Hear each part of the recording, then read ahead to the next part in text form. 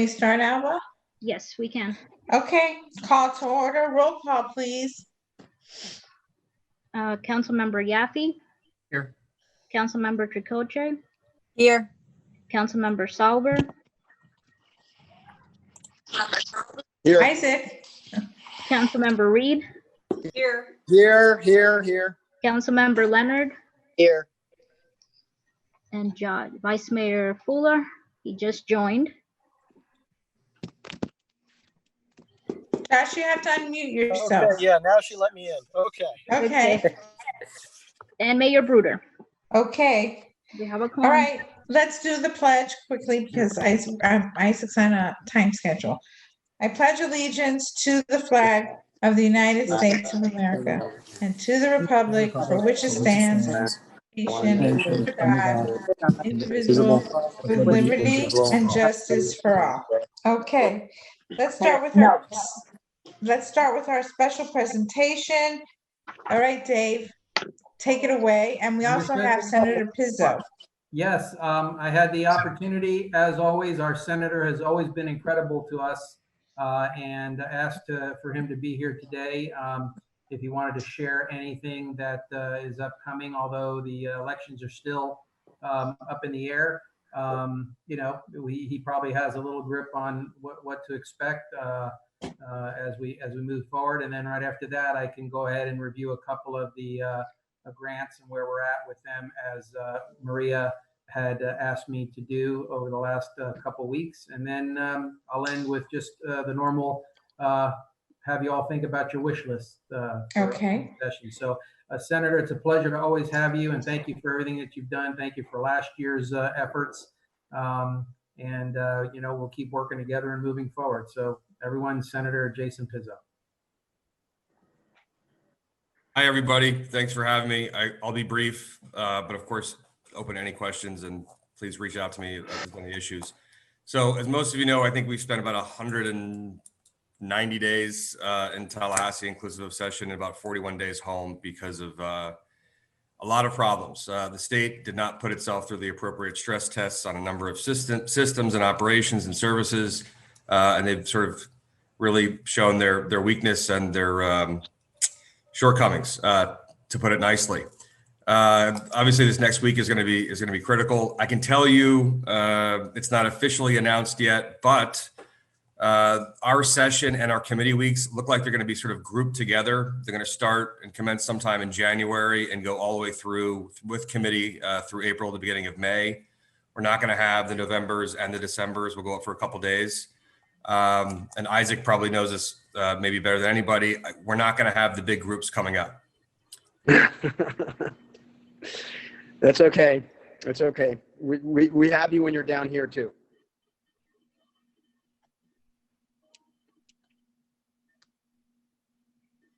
Did we lose Jason? Yeah. I thought it was me. You froze there, Jason. Go ahead Okay. and see it again. So we are going to obviously make ourselves available. This is supposed to be a part-time legislature, but you know that's a bit of a joke. We do this full-time, 7 days a week, and we're available. I want to be realistic about expectations going into the next session. The doom and gloom scenario that's basically been projected because of losses of revenue, especially with commercial activity, even in Miami-Dade County through the second half of March, April, and May, does put some strains, obviously, on what projected revenue. However, we're mindful that there are other sources and baskets of revenue that have been generated. Single-family home sales in Florida are gangbusters. So they create huge dock stamp revenue that we'll be watching. A lot of my colleagues don't watch other pockets and baskets, and we're mindful of it. So if they cry poverty on a number of things, there's probably some things that we can do. But this session is going to be really policy-driven. There are a lot of multi-layered issues going on. There are people that are coming into positions that have aspirations for other positions. So there's going to be a lot of chess playing going on, but it's really going to be policy-driven. So there is going to be a bit of cut the fat measures. So if there are necessary services to be provided to municipalities and to counties, we're going to have to find it somewhere else, which is good if you're a proponent of criminal justice reform, you know, or a number of other things that are very expensive, but perhaps, you know, unnecessary. So that's really the short of it. This is going to be a lot of inquiry and some investigations on the unemployment system and other operations. So it should be fun to watch. It's going to be a lot more academic, but it's not going to have the same sort of pleasantry and platitudes about, I just want to secure X number of dollars for my district. Again, it's going to be another, I'm honored that next month I'm going to be awarded the Defender of Home Rule. We killed a lot of bad bills last year. Doesn't make headlines. We don't get on the front of magazines for it, but that award is basically saying, you went and killed bad stuff. That includes the short-term rental bill that was drafted, SB 1128, but I did make a commitment that I would try to draft something that would be acceptable. Listen, our district, you guys are in the center of it, the Bay Harbors, the Miami beaches, the Surfsides, the Sunny Isles beach of our district, where we are, where cold Canadians dream of being in the middle of the winter, So I really told the incoming president it wasn't appropriate that someone from Hialeah was drafting a short-term rental bill, because that's not really an epicenter of short-term activity. The challenges that we face because of the condo product and the neighborhoods is unique. And so it should be drafted from someone from our area, Miami, Tampa. So that's where we are. I'm happy to take any questions. Anybody? I know our senator is very humble when he said that it's a 24-hour job, but it's for him 24 hours because he puts that kind of time into it, and that's why we have been successful over the years, in our community, which I know we've been working hard to. So thanks to Senator for all the work you're doing, and if there is a way to find some pockets, he certainly will. So. He's here. So if anybody has any questions, and now's the time to inquire. I know Commissioner Reed that you're happy to hear about vacation rentals there, and he might be able to swoop in and assist in that piece. So Thank you for recalling that. absolutely. Okay, no, Okay. thank you so much. I didn't think it was going to be that short, Senator, but there you go. He's doing such a great job that, what? Yep, true. I appreciate the thanks, but just be mindful, if something happens to me, God forbid, make sure whoever you guys contemplate for the next spot, this has to be a full-time job. It's not a part-time legislature. I want to be really clear about that. So somebody has to commit to 70, 80-hour weeks, especially for the unique characteristics of our district. We have to deal with DEP and FWC and FDOT, and if this is a full-time job to do it right. It's like parenting. You can't do it part-time. So that's not a testament to me. It's just what the job requires. Thanks, everybody. Please reach out. Anything you need, small, if people, driver's licenses, we get appointments in 24 hours. Reach out. No, I'm being serious. Use us. All right. Okay. And protect those 2 precincts that you have this coming week. It's going to be very, the world's going to be watching. So reach out if you need any help. Thanks, guys. Thank you. Thank you, Senator. Okay, Okay. Dave.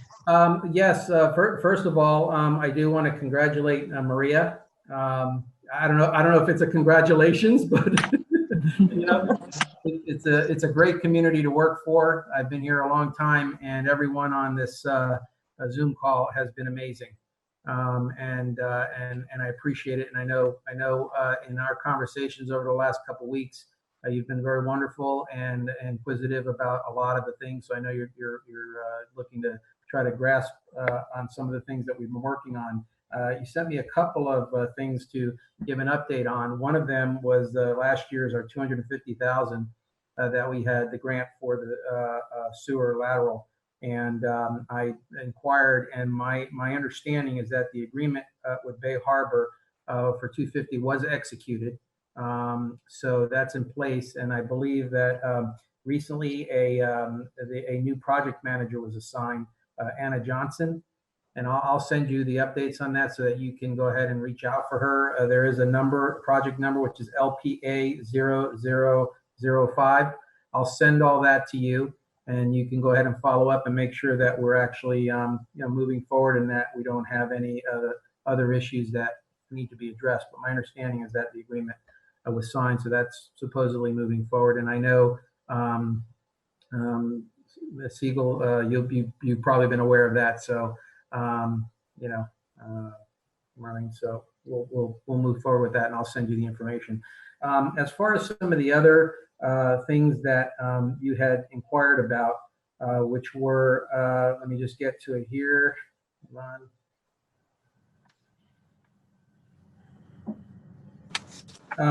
The issue with the grants, some of the grants that you've have sent out. Now, I think Ryan is handling as your grant writer, and so he's actually the ones that actually completed everything. But I went ahead and tried to, identify some folks over at the Department of Economic Opportunity to find out what stage we're at in some of these grants. And my understanding is that with regards to the general infrastructure and the bridge, they are currently in the scoring stage of that. So now one thing to keep mindful of is I believe there was close to a couple $1 billion in projects, and I think there's only about 150 million available. So it's a big difference there. So as they get through the scoring, they'll obviously and clearly notify us of such. As far as the other grant, police and fire, my understanding is that they are already doing site visits. So if you have not gotten a call, then chances are we probably didn't score high enough in this process. Probably one of the factors could be the LMI, which is the low middle income scoring component. We always have an issue with that.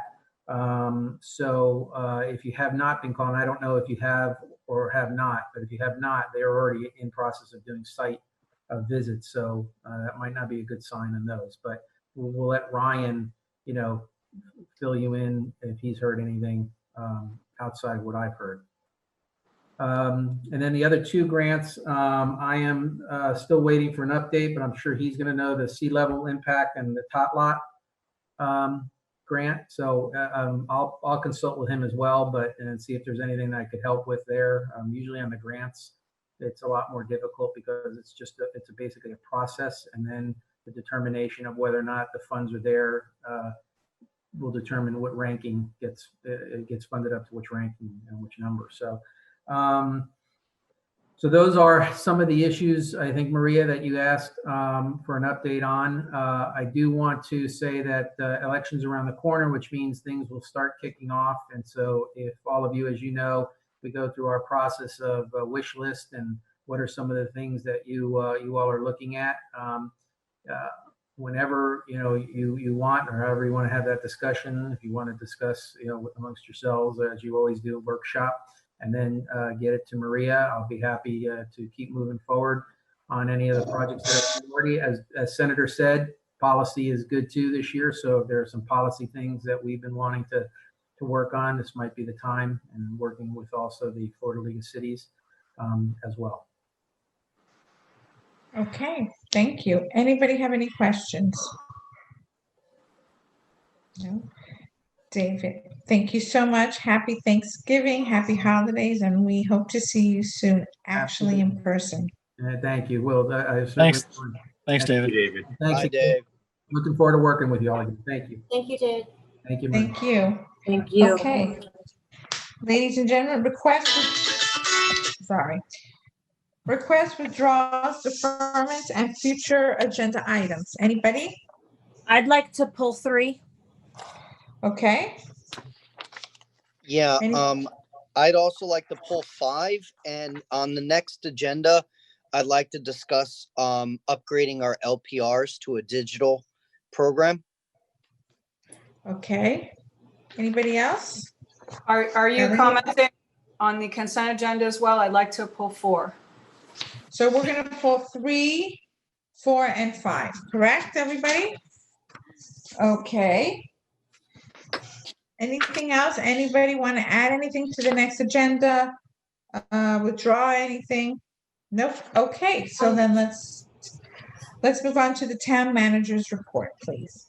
Depending upon what we decide on the virtual meeting ordinance, if we don't have another meeting until January, I'm going to be requesting to be able to sign some agreements and then have them ratified for approval in January if possible.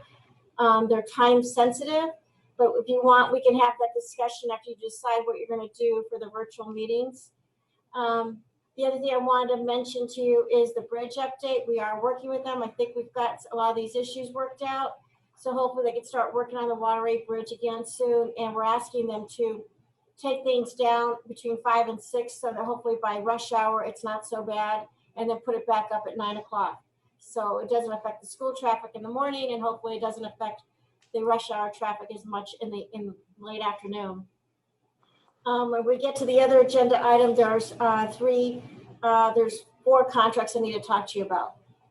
Okay, And also, so, one more thing, the police chief search, we're making a lot of progress on that. We've narrowed it down actually to 12 versus 11, actually it's 12. And we're hoping to narrow it down to 5 in the next 10 days. I have been talking to Frank about the best process and what's legal in Florida. It's very different here than it is in Illinois. So he sent us an opinion letter. Frank, if you want to explain a little bit, apparently we have to have an open meeting when the chiefs, after they evaluate the finalists, when they give their score and results, we're supposed to do that in open meeting. Is that correct, Frank? Yeah, generally, just so you know, because of the sunshine law, you can have and probably should have a closed meetings to do interviews. I don't think it would be appropriate for the first interviewee or the last interviewee to hear all the questions of the first 3 interviewees and also the responses. Provided that the town manager is just using the assistance of the panel of chiefs, that's perfectly fine in a closed meeting, provided that they don't give any recommendations or the like. Then you move into an open meeting in which they can provide scoring, recommendations, or other things. During the closed meetings, they can certainly assist the town manager in technical issues and making her own independent evaluation. Then they can give them their own in the open meeting. So that's how that's going to occur. It's the best practice for doing it. And it also provides all of the rankings and or comments and the like to be done in the public as it should be. And there's 2 cases directly on point on this that I brought to the town manager's attention. So the process is I think a good one, and certainly is valid and legal. Is there any Okay. questions on the police chief search as we continue this process? Or recommendations? no, okay. Council reports. Who would like to go first? If does anybody have a report? Mayor, I think we have item number 2 for, Oh, I'm sorry. Church by the Sea. Is there a representative here? yes.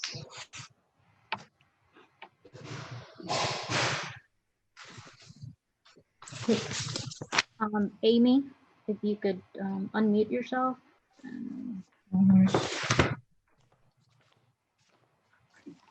There. Hi. Amy, if you could please state your name and address for the record. Amy Huber, Shubin and Bass, 46 Southwest 1st Street, 3rd floor, Miami, Florida. Okay, thank you. So I'm assuming everybody read the information. That have any questions, concerns? Elizabeth, are you wiggling your hand or no? Okay. Nobody has. Oh, Josh. Okay, sorry. Just, yeah, my only question when it comes back to it is I understand we need to do this, but at the same time, I'm a little worried about how long it's going to go over, because it's essentially starting December and January. You're looking at the holidays. Nothing finishes on time during the holidays. And I'm just trying to understand exactly why it has to be these particular months, as well as, we're trying to get King Concourse back to life to some extent. And here we are blocking it off in what might be the height of the season, if there is a season this year. So I just want to have that addressed, because, we're trying to do everything right by the church, but at the same time, we have to make sure that this is really only a 2-month project at a time when nothing runs on schedule. Who would like to answer that? Can respond. So obviously the foundation has to go in first. So from a timing perspective, that's why we're starting there, and we're ready to begin. And so that's how it's just the first stage and the first phase of construction. We, like you, want to get this portion done as quickly as possible. And we have every intention of moving forward as quickly as we can to get through this first phase so that we can open the sidewalk back up. We believe that we'll be done in 8 to 10 weeks. We have no reason to believe otherwise at this point in time. Weather permitting, it's South Florida. We've been very, very lucky this season, knock on wood. But we have no reason to believe that we will not be in and out in 8 to 10 weeks. I'm just, like I said, I'm just a little worried only because that you guys chose to win the coordination. I understand it has to be done, and we want to make sure you guys have the opportunity to do it. At least I want to make sure you have the opportunity to do it. I'm just, like I said, a little disturbed by the fact that it came up at this time of year, exactly, potentially the worst, potentially 2 months. And, I'd like to know that you guys did something to make sure that even if it is going to happen this time, that you're coordinating with the contractor to make sure that he's not going to hear, and I understand weather, but he's not going to hear, well, somebody couldn't come in, or we're short people because of the holidays and everything else. And that's the real worry for me. Yeah, no. So we've been working, just so you know, and so you're aware. We first presented our proposed MOT back in January. So we've been at this for more than 10 months to try to get this moved through and resolved. And so there's been a lot of extenuating circumstances that have been out of everyone's control. So it wasn't a choice to say, let's start now. It's just been, this year's been a little bizarre. And in terms of trying to, listen, we thought we would have started a while before now, but things have happened out of our control and out of everyone's control, and we're ready. We're so excited to get started and to get moving. Unlike a lot of other projects across the country, we're ready, willing and able. Our team is ready. We believe that this MOT plan allows the pedestrian access to continue. And we're very excited about where we're going to end up at the end with huge wide sidewalks and all the additional landscaping. We just need to get moving. So I'm sorry, I thought you were going to say something first. Oh, sorry, Josh, go ahead. No, I was just saying thank you. That's all. I'm sorry, I thought you were going to present first. So I was like, no, please present. So I'm with Josh, and I'm sure the rest of the council on this. Number one, my intention is not to make things difficult for Church by the Sea.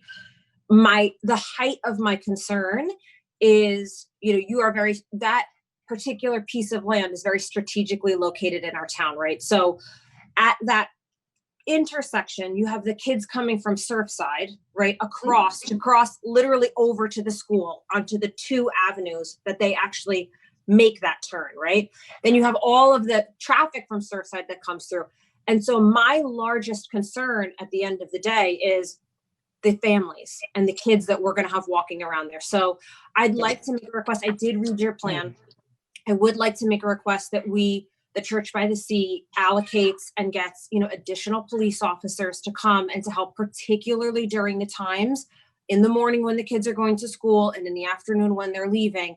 Because look, let's all face it. I have got kids. No matter how hard I am on top of them, they're kids. I mean, I asked them to clean off the dining room table, and the dining room table was still covered. Okay, they're like, no, it's totally clean. It's covered. So that's really the height of my concern at this point is kids being kids, construction going on. You have a change in the traffic pattern and the way things are moving. So that's a request that I would like to ask. If you could please make that happen, I would really appreciate that. So you're aware, the reason that this request is there in the first place is because we asked multiple people, including the engineer, to tell us what we needed to do to make sure that we moved forward in a way that was safe for everyone. Because we, like you, residents, the students, all of those are important to us. And so when they advised us that because there is this potential that area could be compromised, that's why we're proposing to use an alternative route. And so there was a request by the town to have an additional school crossing guard during school crossing hours here. Just so I'm clear, would you rather us have a police officer there or a school crossing guard? I'd rather have a police officer personally. I would rather have a police officer. And again, my intention is not to make life more difficult for you. It's so that all of us can move forward in the safest way possible. I would prefer to have a police officer there, helping to direct traffic and just have an extra set of eyes watching the kids cross, to make sure that everyone can proceed safely. So I'm gonna let's see how normally I can talk to my client, but this is a little different. I'm gonna text him for a minute. I That's totally fine. understand, While she's texting her client, I'd like to say that, I want to thank Amy and everybody at the church. They've been great partners with the town in normal times, and especially now with COVID, they've probably been our best partner. So I think it's, it should be mentioned that not only are they good partners for the town, but they quite possibly have been our best partner during COVID. And they've always been great to the residents because the residents are their congregants. So obviously, if they're willing to do what needs to be done to protect all the people entering the town through the bridge and walking down the street, I'm in favor of supporting anything that needs to be done for them to build their new church as fast as possible. So Amy, while we're waiting for your clients to retext. They said yes. They said yes. Oh, they said yes? Okay, so can we go over a little bit so that there's a clear understanding for the citizens of our town? Exactly, I already know, but exactly what's going to be on the first floor so that there's been all this back and forth. Before you So do that, I if just we want to could say thank you. I appreciate you guys doing that. That's very meaningful to me. I think it's going to be meaningful to the family. So let me just say thank you, and then we can move on to the next item. Absolutely. Okay, Amy, you're on. Tell me, on the first floor, like we stated many, many months ago, it's going to be commercial real estate, correct? Yes. So just so everyone's clear, the first floor has and will continue to be either a retail or restaurant or some commercial component. We've started that. We've engaged in multiple firms to start that process. COVID then hit, so that process has been delayed just a little bit, but what was approved by all of you, as well as our building permits that have been issued that we're constructing, all have commercial on that first level. We haven't modified that. And if we did want to, just so everybody's cleared too, we can't unilaterally do that. That's something that the town has to approve. So I know there's a lot of rumors and there's a lot of chatter, but you all would know if we were going to do that. We can't just do it by ourselves. And you're going to have your parking on the second floor. Parking's on the first level behind the retail. Okay, Bob, I see your hands up. Right. Well, I appreciate that explanation and the work that you're all doing. I was hoping that you would also explain for the benefit of the residents, because we have your memo and we understand what you're doing, but the residents, I don't think have any understanding of what is happening in terms of the, relocation or redirection of pedestrian traffic. So just briefly explain for the residents how this is going to work and what is going to be happening over the next couple of months. Okay, so for a short period of time, the area in front along King Concourse, there'll be a diversion where the sidewalk's closed and pedestrians will be rerouted between barriers, utilizing the parking spaces right there on, there we go. I was gonna. Let me put this up for you, Amy, and Thank you. Just tell me the pages. Like my hand gestures? Yeah. We're all You can trying to just tell me which compliment. page to go to and I can zoom in if you want. Yeah, if you can keep going. So there's the retail that was approved. Sorry. There were some questions about the green. Keep going. Next. There you go. So during this phase, let's see, this is, if you, I guess I This can't one. point, but you can see the pedestrian, if you see where the red cross hatching is. So you'll see that you'll start down King Concourse and you'll continue down King Concourse. You'll just get rerouted, diverted, utilizing the parking spaces in that area. So pedestrian flow will continue. At no point in time are we preventing pedestrians from being, they're just gonna take a little detour temporarily. But it was important, we understood it was important to the town that we continued that pedestrian flow. So that is the walk path that they'll take.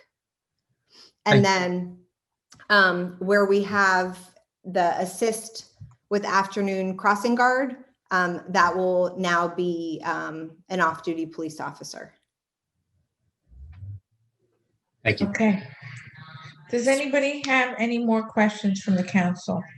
And then the only other request that we had that I just wanted to explain briefly is we've requested a larger construction trailer than what's currently permitted. And the sole reason for that is in order to practice social distancing and to accommodate social distancing, we have to have a trailer larger than what's currently allowed.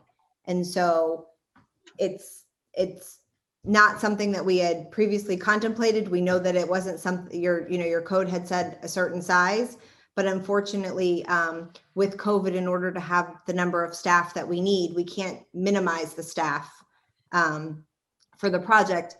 We need to have a larger trailer. And how does that work with our code and what we allow versus with COVID and social distancing? Well, the town council is authorized to approve something larger than what the code provides, given the fact that that request would come to you anyway. Okay, council. What is the pleasure of the council? I Anybody have any questions? support it. Strongly Yeah, I support it. have no problem with it whatsoever. Okay, either do I. Coven, anybody have an opposing or an objection to it before I No. open it up to, no? Kelly? I can't No. see anybody. No Okay, opposition. Kelly here, no opposition. okay, okay. So anything else, Amy, that can, No, we Are just there- want to thank all of you for your continued support, and the church is so thankful that they were able to partner with all of you during COVID. Just so you know, even though your hotline has shut down, the church has continued to provide grocery assistance, meal delivery, rent assistance, and the like throughout the community. That program is still ongoing through the church. is there a reason, Maria, that our hotline has shut down, especially during the holiday season? Yeah, you read my mind. I didn't even know that it was shut down. It's been shut down for a few months. Oh, There was wow. no activity. When people call the town hall now, we refer them to the church directly. So Can we Marlene, do we have that on our website as now, the church's information? Because as the holiday season comes, I know I have gotten a couple calls of people who are looking for food assistance and other types of assistance. yeah, you can refer them to town hall. There is something on the website. We'll make sure that it's updated. But we have been working with Jeff, and we have been sending him. There hasn't been a lot. There's been one or two here and there, but we're kind of like an intake. We take the information and we refer it to them, and then they take care of the rest. Okay, I would prefer, if we could just put, maybe a little information, if it's okay with everybody, of where they can go directly, so they don't have to go through town hall on our website. Maybe some people don't want anybody to know, you never know what the cause of people's, how uncomfortable or comfortable they would be. But Mayor, that's up to the church. We were following Is their that lead. okay? they requested that we take the information and forwarded it to them, and that was the last thing that we did. It depends if they want to receive the calls directly, we can certainly put a number. Hi, everyone. This is Jeff Hecht. I'm with the Church by the Sea. Thank you for allowing us to come talk to you. 1 second, Jeff, why don't I? 1 second, I need your name Oh, and sorry. address for the record, please. My name is Jeffrey Hecht, and I live at 2940 Flamingo Drive in Miami Beach. I'm sorry. Thank you for allowing us to speak to you, and good evening to all of you. Why don't we speak to Marlene after the council meeting tomorrow, and we'll work something out that seems to work. It's a hard decision to just make without talking it through. So No, that's okay with you. absolutely. No, that's absolutely. I know that, I don't know, I'm sure other people have gotten phone calls from people who are looking for assistance and maybe might be a little bit uncomfortable sharing that information for whatever reasons. So why The don't other you- thing that Amy didn't mention, just so you all are aware, the hot meal delivery and some other things that we purchased for assistance through this, like masks, were actually done through Bay Harbor Islands businesses, and more than $140,000 worth of hot meals have been delivered so far using businesses in Bay Harbor Islands. Thank you so much. No, I was not, I don't think we were aware of it, but we thank you very much for supporting our businesses during this difficult time. And we're happy to do it. The Okay, church is anybody humble, but I else? just wanted to point that out. Thank you. Thank you again.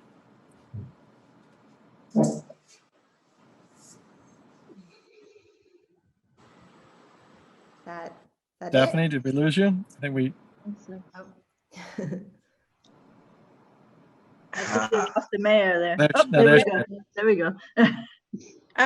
Is there anybody who has any questions? We do have public comment from some residents.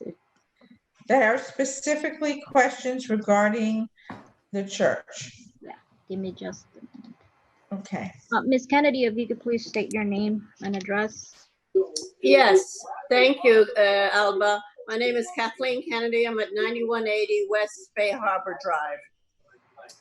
Originally, I was a big supporter of the Church by the Sea as a Christian, but I see the way they are moving in, the way they're operating. It's like they're taking over our town. I don't know if that's true or not, but I do have one complaint, and that is the drains are all, but it's flooding out there in the alleyways. And I've sent pictures to the council, to everybody actually.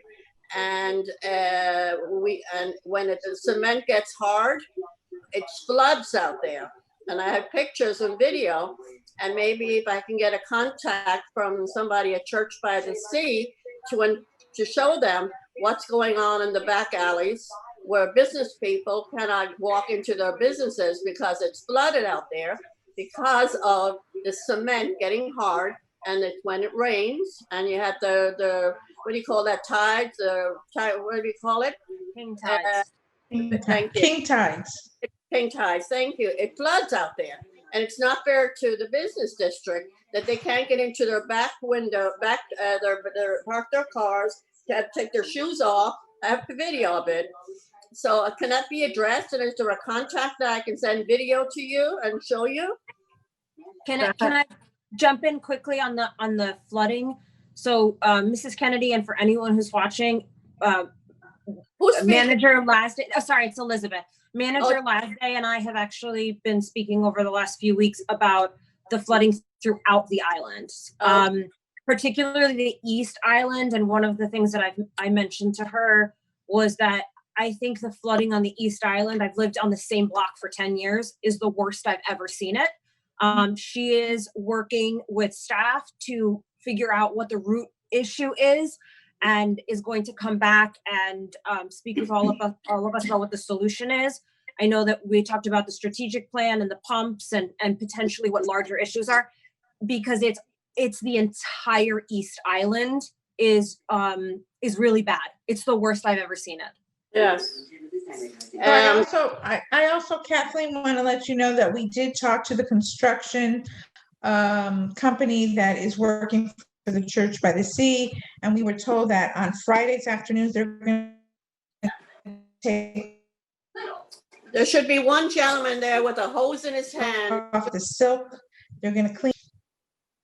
Right. So we discussed it with the construction company, and they are, especially on the weekends, because they're not there, they're going to make sure to clean it out and to lift I think it's a silk thing that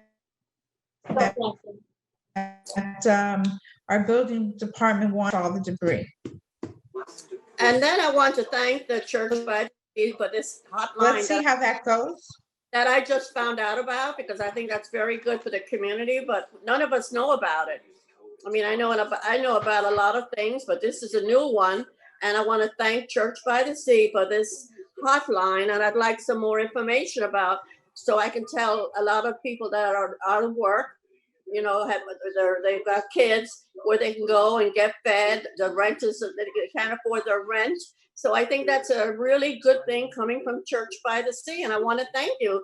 I've never heard of it, and that should be all over the news wave. It should be everywhere, because that is amazing stuff coming from the Church by the Sea, if that is happening. And I want to thank you. Thank you, Kathleen.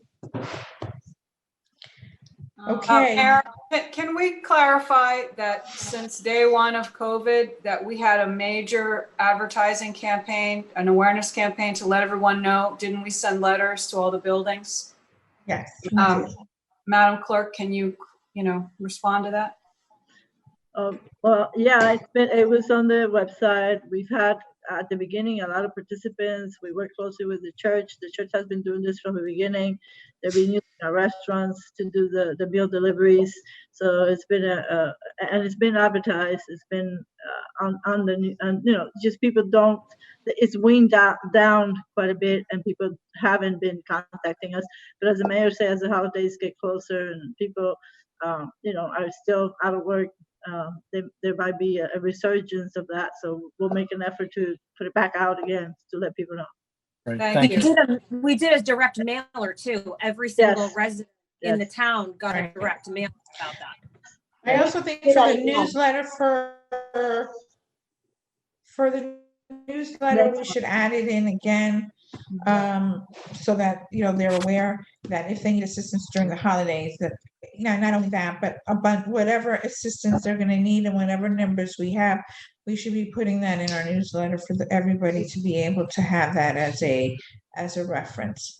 Okay. Can we re-include? Anybody else? Yes, we do, Mayor. Can we re-include the NAMI hotline as well, the National Association for Mental Illness? Because as this continues to go on, the need for assistance it's equivalent to the need for financial assistance is the need for mental health assistance. And domestic abuse hotline, please. Okay, who's the next? Mayor Zilber. Zilber, please state your name and address for the record. Former Mayor Linda Zilber, and I'm in 1231 95th Street, West Island. I have two questions. One, so many people have been talking about that this is tax-free, but the commercial stores that will be on Kane Concourse, will that not be taxable? The other question, that is taxable, so they will pay taxes on that property. Yes, they will. Okay, and the other thing, I remember in the original plans that the upstairs was supposed to have a parking lot. And other than Sundays, they said that the residents would be able to use their parking lot. Does that still stand? Amy, please answer. Thank you. Can she repeat the last question? Okay. According to your plans, originally, Amy, you had a second floor parking lot originally, and you mentioned that other than Sundays or when the church would be having certain sessions, that residents would be able to use the parking. is that still available? Will that be available? So we've never had a second level for parking. The second and third level have always been for the church. Parking's always been on the first floor and in the surface lot. And so, yes, parking is open to the public. Okay, thank you. Okay, Thank anybody? Thank you, Amy. Anybody else, Alba? Yes, we do have Mrs. Newhart. Mrs. Newhart, please state your name and address for the record.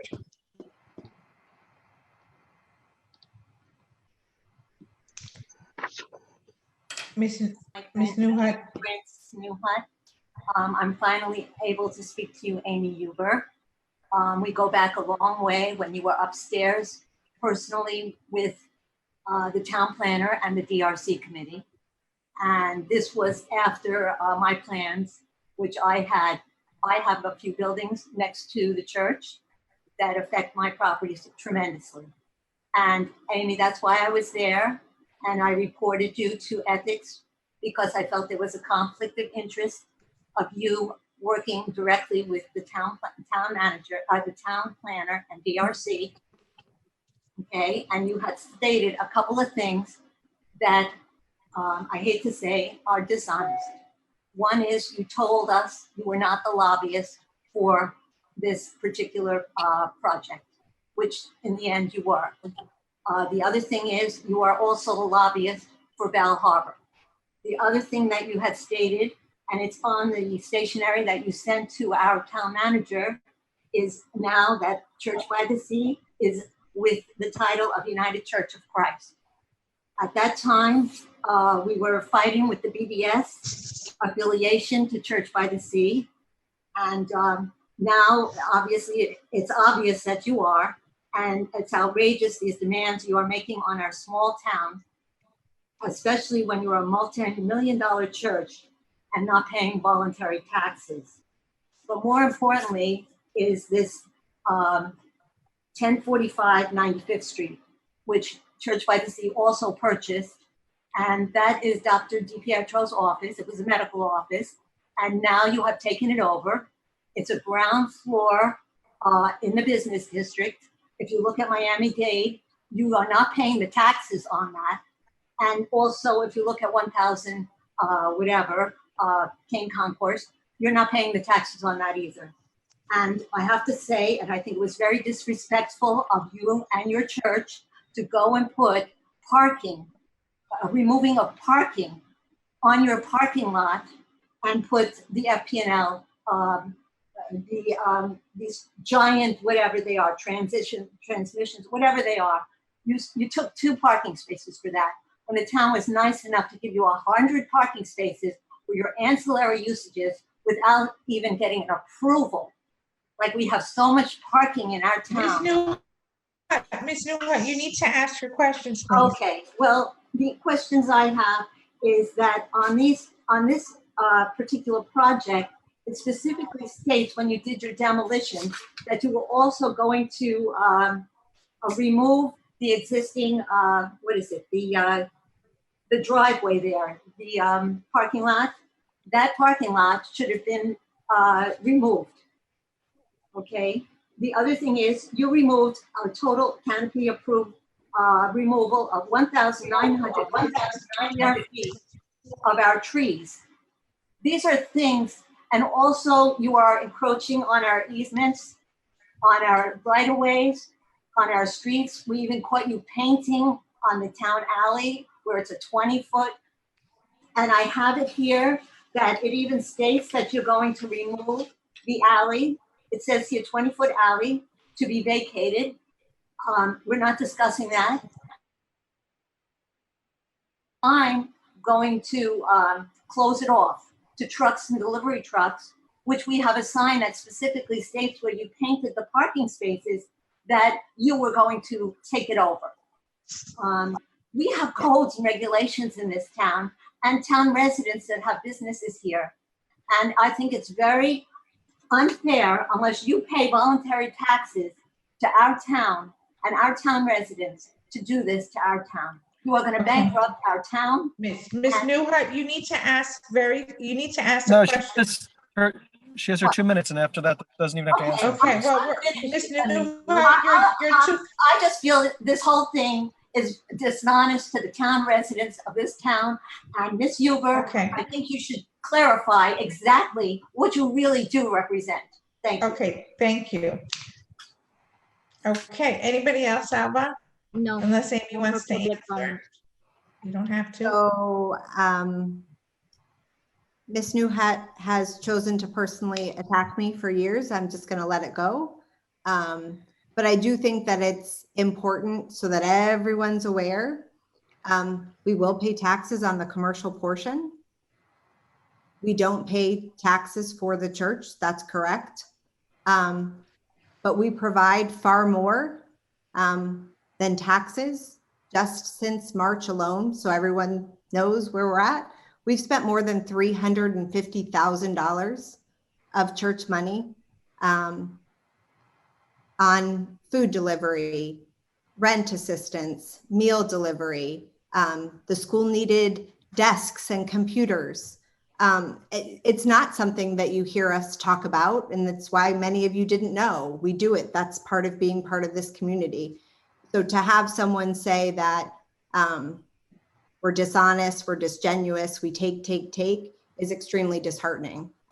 We believe we've been an active member of this community. We will continue to be an active member of this community. We will continue to support all of you and the needs of the residents. That's what our mission is, and that's what we'll continue to do. Thank you, Amy. Thank you very much. Okay, Alba, anybody else? We have no more public comment. Okay, well, I want to thank the three of you for coming to this meeting, and I also want to wish you all happy holidays, happy Thanksgiving, and thank you for all the assistance that you've done to the residents of the town. And if you could get together with our town manager maybe and our clerk, Ms. Siegel, and try to figure something out so that we can assist people during the holidays, I think I and the rest of the council would appreciate that. Thank you very Anybody much. else? Thank you all. Thank you. Okay, council reports. Thank you. Okay, everybody, let's move on to council reports. Anybody have anything to report? I do. Okay, and then So, Kelly. Kelly, you can go first. Okay. Well, as long as we still have Ms. Huber on, please pass along my thanks as well. I am very aware of all your assistance since the beginning of COVID, and it's much appreciated. So I want to say that for the month of October, my council report is going to focus on crime in Bay Harbor, petty crime. And you read about in the manager's report that there was an issue at the Palm on October 15th, right? So you read about that. Well, I was the reporter and the witness to this. And I was about to be the next victim of 5 pretty big juvenile boys on skateboards. So I called this in. This was the final thing actually that happened in October. But the police department did a great job. Surfside and our police department coordinated. The video cameras captured the footage, and it's kind of downplayed in the report, but let me tell you, I was 50 feet from this incident, and these kids sprayed a man and left about like a 10-foot cloud. It looked like he was pepper sprayed, and he was very humble. He did not want to report it. I think he worried about losing his job, but I was mortified, and I thought I was going to be the next one. And if I didn't pick up my phone, and I wasn't able to get that much video or evidence of it, but the police identified all of them. And just so you know, their parents have been contacted. They're not going to be charged. There was an agreement made, but we know who they are. But these are kids from Surfside coming over here, stealing things from condos, assaulting people. It could have been any one of us there. So also before that, early October, different kids on bicycles have been harassing pedestrians. And I just happened to get a call from a 90-year-old resident. And when I went over to check out what was going on, I was accosted by 6 different kids on bicycles doing wheelies right into oncoming traffic, including myself. I captured a video of that. I gave it to the manager. And at 6 o'clock at night, she actually came out, took a look what was going on. We talked to the complainant, and arrangements were made so that, you know, this was going to be, you know, watched for future. And then, of course, the shooting that happened, I just happened to be inside town hall having a meeting with the manager. We didn't hear anything. So I think the common theme here, I mean, the shooting is an anomaly. The shooting could have happened anywhere. You know, these guys were in transit, and it's all been taken care of. And I want to compliment the staff and everyone. All of the press releases were very professionally done. And but for the juvenile crime, I think this is related to the return to school and to COVID. I think there have been some other things. So the manager is definitely on it. She's aware. And I have bothered her at least 3 times after hours in the middle of the week. And she's been really good at coordinating and getting with PD. So that's been my October. Thank you. Thank you. Can I just ask a question about that?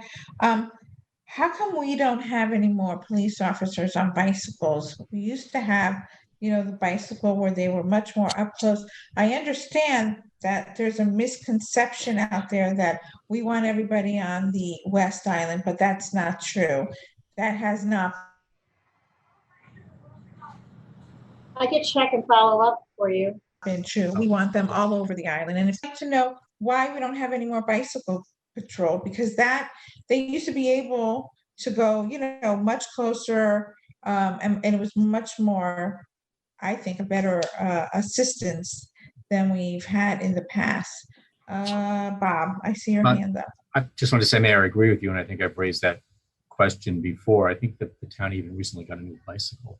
It was donated, I think I remember reading that or seeing that in one of the PR things. But yes, I mean, there used to be one or more officers who was always riding around on both islands and on King Concourse. And, you know, so it's like, you know, community policing and just the visibility of the police, I think, is helpful. Right. And we also have a golf cart. We have an electric thing, yeah.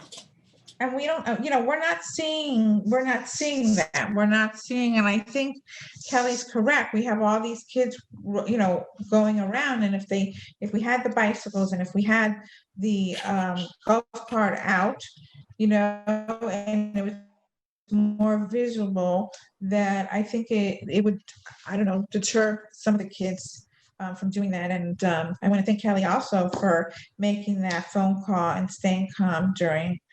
She has police experience, so for her it's a little, but it's disheartening to know that we have people coming into our town and doing those things. Elizabeth. Yeah, no, thank you. And thank you, everyone. On the community policing side of things, I will tell you, I experienced something the other day. I was walking and someone was not going to pick up their dog delivery, if you know what I mean. And I watched an officer literally just sit there and pull up and like roll down the window and just like, unfortunately, stare at this person until they found a bag from somewhere and scooped it. So I do want to just say thank you so much for that. We definitely need a lot more of that, but it's one of the first times I've seen that happen in a really long time. So it was encouraging. In terms of my report, I have a couple of really quick things. The first one is I just want to remind everyone, you know, we all read the reports that we get. And in one of the reports that we got, it said, you know, people are not, some of the feedback that the police are getting on the mask mandate is that people are saying they didn't know that they had to continue to wear masks. So I just want to remind everyone that outside of your home, unless you are doing strenuous physical activity or you are physically incapable of doing so, you are required to wear a mask. So please, if you're like me, I try to keep a couple on me because I tend to lose them where I have no idea. Or, you know, I have one that I don't like the way it fits because that's now a thing. But please wear a mask whenever you leave your house. We are still requiring it. And I want to thank the officers for increasing the amount of compliance that they're requiring, and just ask that we continue to increase that compliance, because I will tell you, I walk a lot and there's a lot of people that are still not wearing a mask, coming in very close contact with other people. So please, everyone, wear a mask. I'm very, very excited. This is something that I've wanted to do for a while. And I was able to speak with staff today about it. So starting in November, I'm going to be doing, on the last Wednesday of every month, I'm going to be doing something called an Evening with Elizabeth. And it's going to be casted out. We're going to be doing it virtually. We're going to talk about, any sort of issues coming up with the town. There's going to be an open forum portion for residents. We're going to have some guests that are coming in to, talk about what's going on in the town, any updates that are important.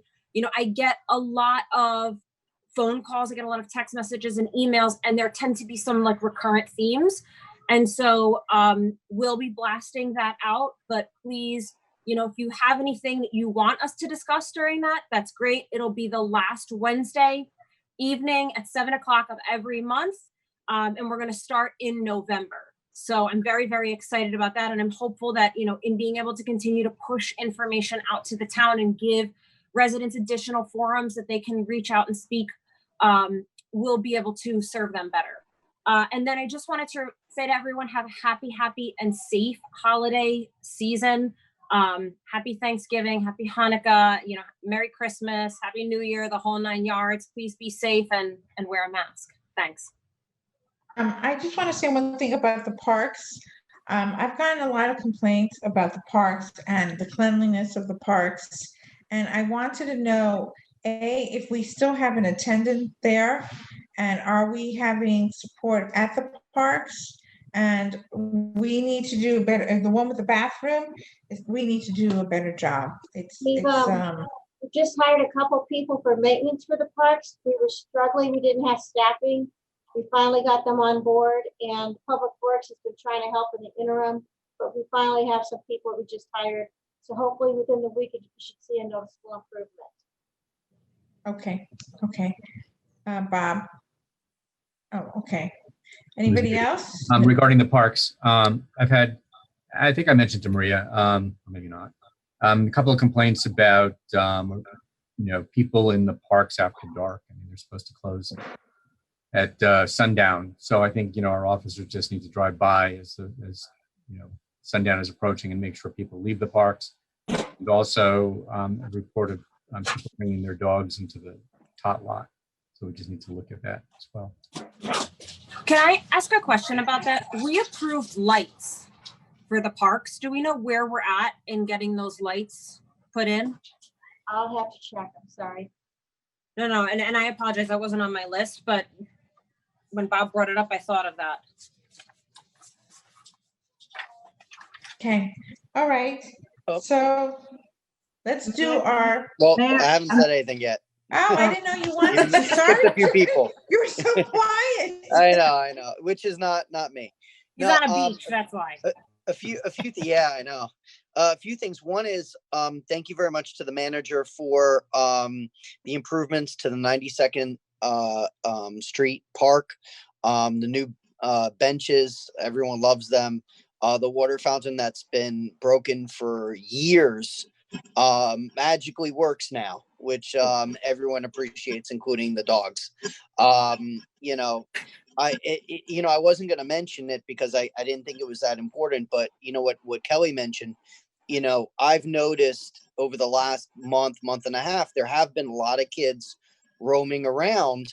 I have not seen them do anything improper or illegal, but other than them not wearing masks, and I've mentioned it to people that I see, but I've also noticed that there has been more of a congregation of minors roaming around at night, not very late, but at night, on bicycles or skateboards or just walking around. It seems like they don't have anything to do.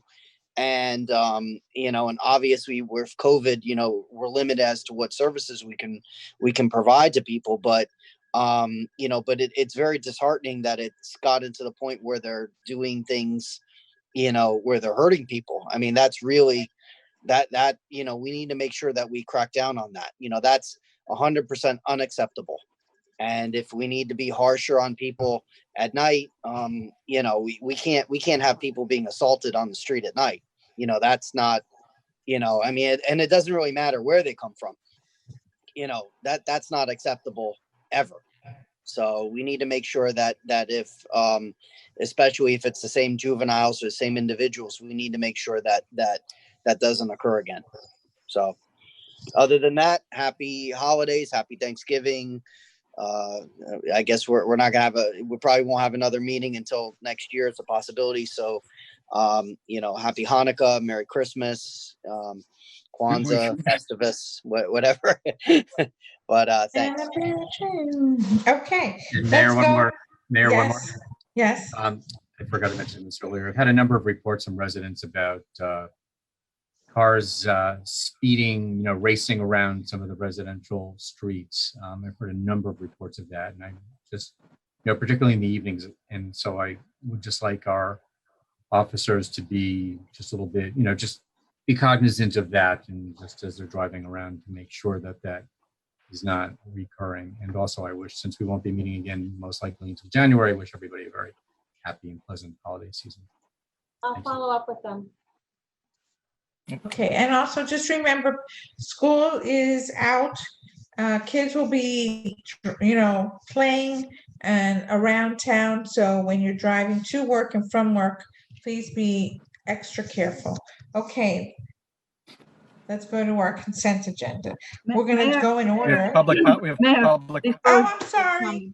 Yeah. Sorry. Public comment. Before you do that, I wanted to mention to everyone that, of course, the elections is next Tuesday, and it is a little different this year because we do have 2 precincts, but both precincts will be located at Town Hall. So anyone who comes out to vote election day will be voting in the council chambers at Town Hall. I thought they changed that back. Did they? No. Did they change that back to the school? No, sir. No. Everyone is voting at Town Hall. Because you know that they closed Tuesday's a teacher planning day, so there's no school. So There's only one voting location in the town, and that will be Town Hall. Both precincts 7 and 8 will be located at Town Hall. We don't want to cause any confusion. So. Right. Marlene, can you also please let people know, because I've gotten calls, what they can bring so they can vote? Driver's license? Yeah, absolutely. We've gotten tons of calls too, and people walking in and asking questions. So can you just tell anybody who's listening what it is that they can bring? Driver's license, their voter registration with an ID? They need an ID that has their photograph and a signature, which is for most people, that is your driver's license. However, if you do not have a driver's license because you don't drive, you can bring your passport or any other document that has your photograph and your signature. Okay, perfect. Thank you. And for everybody out there again, so there's no confusion, it's only at Town Hall. Okay. Alba. Thank you, Marlene. Alba? Yes, we have public comment. Mrs. Newhut? Francis Newhut, 1060 Kane Concourse.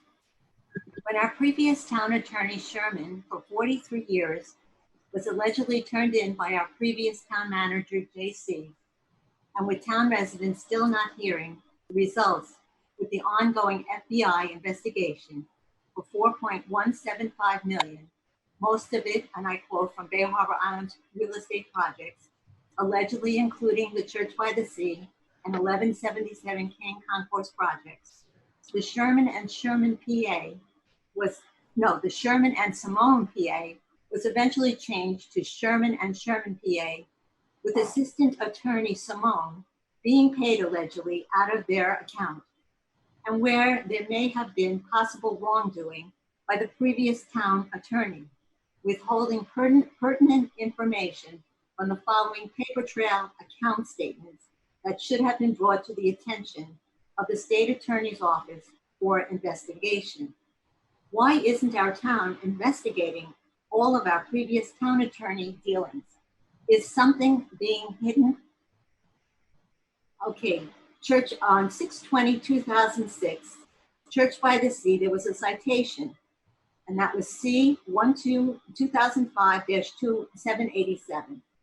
on 4/5/2011, Sherman and Simone, PA, was the Planning and Zoning Board conflict bidding on an RFP. 3/6/2013 and 6/17/2013, purchase and sale of Church by the Sea owned Bay Harbor Inn and Planning and Zoning. 8/5/2013, Planning and Zoning Board with Val Harbor Town Attorney Richard White. 8/27/2013, conferences with TDR buyers. 9/19/2016, Stanley Price with Church by the Sea sign where religious institutions are to be located on the second floor and higher. 10/11/2016, Stanley Price TDR extension agreement. 6/8/2017, issuing business tax receipt to Church by the Sea on 95th Street. 6/26/2017, warranting deeds for TDR transfers. 7/2/2019, Church by the Sea site plan approvals. 7/29/2019, agreement for 1177 King Concourse project. Ms. Newhart, you have 30 seconds more. 7/30/2019, unity of title and change of HOA chapter 7188 to 720. After an entire year, why has council still not chosen or discussed with the town residents the choosing of a new town attorney, instead of leaving us with appearance of possibly going bankrupt, with both the town residents and commercial districts starting to look like a slum, with allegedly allowing preferential treatment? One, businesses allowed cardboard boxes on their showroom windows. Developers with abandoned. Thank you, Ms. Newhart. Thank you very much. Thank you, and I hope you will take care of this disgusting business. Okay. Is there anyone else? Yes, Ms. Kennedy. Yes, Ms. Kennedy, please state your name and record for the. Good evening, council. My name is Kathleen Kennedy. I'm at 9180 West Bay Harbor Drive. I see the light at the end of the tunnel right now in Bay Harbor Islands. I'd like to thank Maria for opening up the school park. I think you had left through that too, Stephanie, and the basketball court. But you know, when it rains in the basketball court, the water ponders. So if somebody could call. We did. Wait, stop the clock. We did. I talked to Scott Saperstein about it. They are in conversations with the people who built the construction company. So everybody knows, and they're between the school board and the construction company and their warranty, they're trying to work that out. We are out of that loop. We didn't build it, and they are working with the contractor and the lawyers to figure out how to fix it and who's going to fix it. Okay, go Wonderful. back. I'm finished. Also, turkeys are coming up, and I want to know if the League of Cities is donating turkeys for our poor residents that need the turkeys like we do every year, and who's in charge of that? What wonderful council person has taken that on? Okay, hold it, Bob, go ahead.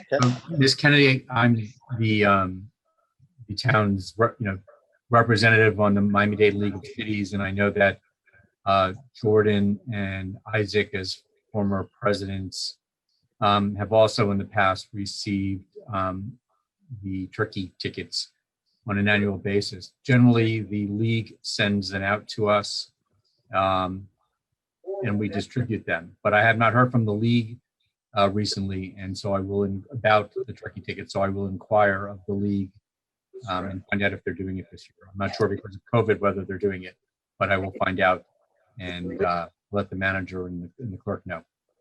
Very good. Can I just say something about that? I as a several years ago, I started the tradition of asking all of the elected officials within our Tri-City area to donate their turkey tickets to needy families that are anonymously picked by the staff at Roof Cape Broad K-8 Center, and I'll be continuing to ask that again this year. So just to ask, I'm going to ask all the elected officials that get turkey tickets, like I do every year, to donate them to the school. I like the fact that it's donated to the school because not only does it go to needy families, but most importantly, it's not we don't pick.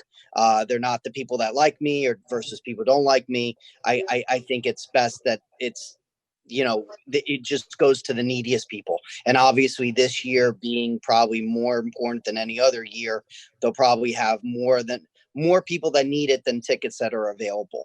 But we should be thanking the league. Bell Bay Surf area does get a disproportionately large amount of the turkey tickets countywide. So, thank you to them too. Thank you, thank you, George. There's a lot of our residents that are out of work and that really need a little help. So also back to you, Elizabeth, I want to thank you for getting involved in that last Wednesday of the month. You'll get a pulse of what's going on in our town. It's very, very interesting that you would take that on, because that's the first time I've really heard a council person really get involved with the community and the issues. If every one of you can go to Nextdoor and hear your constituents with their complaints and respond to them, I think it would be a very, very good idea if each and every one of you respond to the complaints that are on Nextdoor. And it's speeding, and Bob Yaffe has referred to it. A few things Bob has come up with. And there's drugs being sold in our town, teenagers, right out by the Airbnb buildings. You all know where they're at. You all approve. I don't know if you approved it or not. That's not what I'm complaining about. But there are issues. There's speeding. There's a lot of stuff going on. There's more to come. But I want to thank you, Elizabeth, really seriously, for actually reaching out and listening to the complaints, because that's important, to listen to the constituents. And you did bring in a good number of when you ran for election, so you're proving your what you promised. So thank you so much. And listen, everybody, have a happy Thanksgiving, and I wish you all well. By the way, there's a few broken lights in our town. I don't know if anybody has sent you pictures, and can we fix them? It doesn't look good when you walk around. Okay, thank you. Happy holidays to everybody. Happy holidays. Anybody else, Alba? No more public comment. Okay, so let's go now to our consent agenda. And since we're taking basically all of them out, and I have a question on number 6, so let's just go in order. Number 3. Okay, consideration and approval of a resolution about the town clerk, effective 23rd. Who pulled this one? I did. So okay, Elizabeth. I know that it's going to pass, and I want to be very, very clear that my issue is with process here. I really do feel like we should be doing an advertisement for this position. And again, hopefully Alba would apply for this position. But I have an issue with the process. And so I just want to put that out there. I know it's going to pass. I would just like to see an advertisement for employment go out and have a normal process of hiring. Okay, anybody else? Okay, so barring none, are we doing it by consent, the ayes, or are we going to do it by roll call? How would you like it? I think you We can do a voice vote. It's fine. Okay, all those in favor? Aye. Aye. There was no motion. I didn't I'll get make a motion. Oh. So do a poll vote. You want a poll vote? Yeah, do a poll vote. This still way need you a know motion, everybody's though. voting. Okay, do a poll vote. That's I'll fine. make a motion to pass number 3. I'll second it. Salvo. Okay. All right, how about poll, since they want poll? Go. Councilmember Yaffe, 4. Councilmember Tricoche, Opposed. Councilmember Salver, 4. Councilmember Reed, 4. Councilmember Leonard, Opposed. Vice Mayor Fuller, 4. Mayor Bruder. 4. It passes. Okay. Number 4, who pulled number 4 out? Kelly did. I did. Okay, sorry. Okay. Kelly, go ahead. This hopefully will not be too long or controversial. When I looked at this the other day, I was in town hall, and I was just thinking, it's tradition, and we've met on Mondays for a long time. P&Zs meet on Tuesday, but I asked the deputy clerk and the manager who were in town hall if a Wednesday meeting like today would be a little easier on them, because it also occurs to me that many of you who work in business, maybe Monday is a hectic day. And if Wednesdays are available, because it just seemed to me like it was 2 extra days. So I'm proposing that we consider changing the meetings to Wednesdays for everyone's ease. But I'm fine with either because I'm retired. I'm fine with whatever everyone thinks will work better for them. Monday nights and Wednesday nights, you know, as long as I have as much notice as possible, I can make either work. I mean, we've always had it Mondays. Have we ever, as the town, ever had meetings other than on Mondays? Well, that's the point. Yeah, we did actually. Back in the Shepherd Broad area, they had them on Saturdays.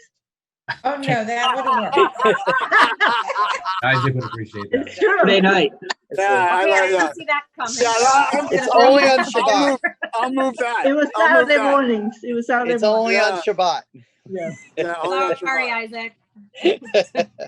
Well, What I- is I the don't- pleasure? What is the pleasure of the council? Do we want Mondays or do we want Wednesdays or we want any other day? Doesn't make much difference. Me neither. It doesn't make a difference to me either. Okay, so maybe we Actually, should.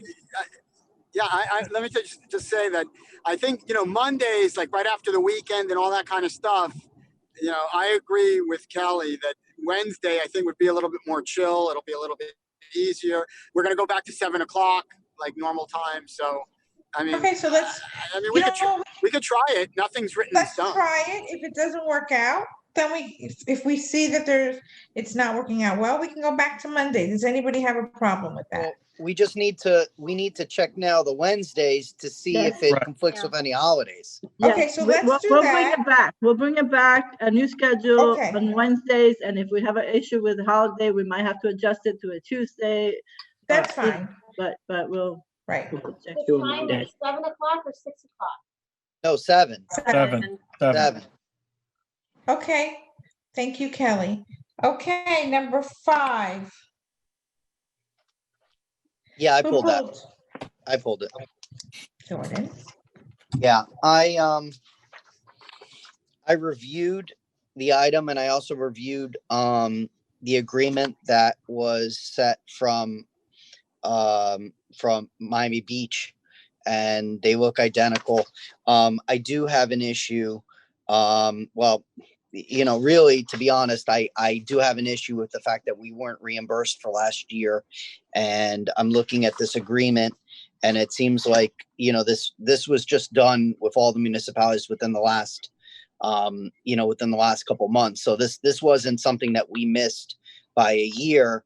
We still need to get paid for last year, and even though that I know I've heard from staff that says that we need to pass this in order to get paid for last year.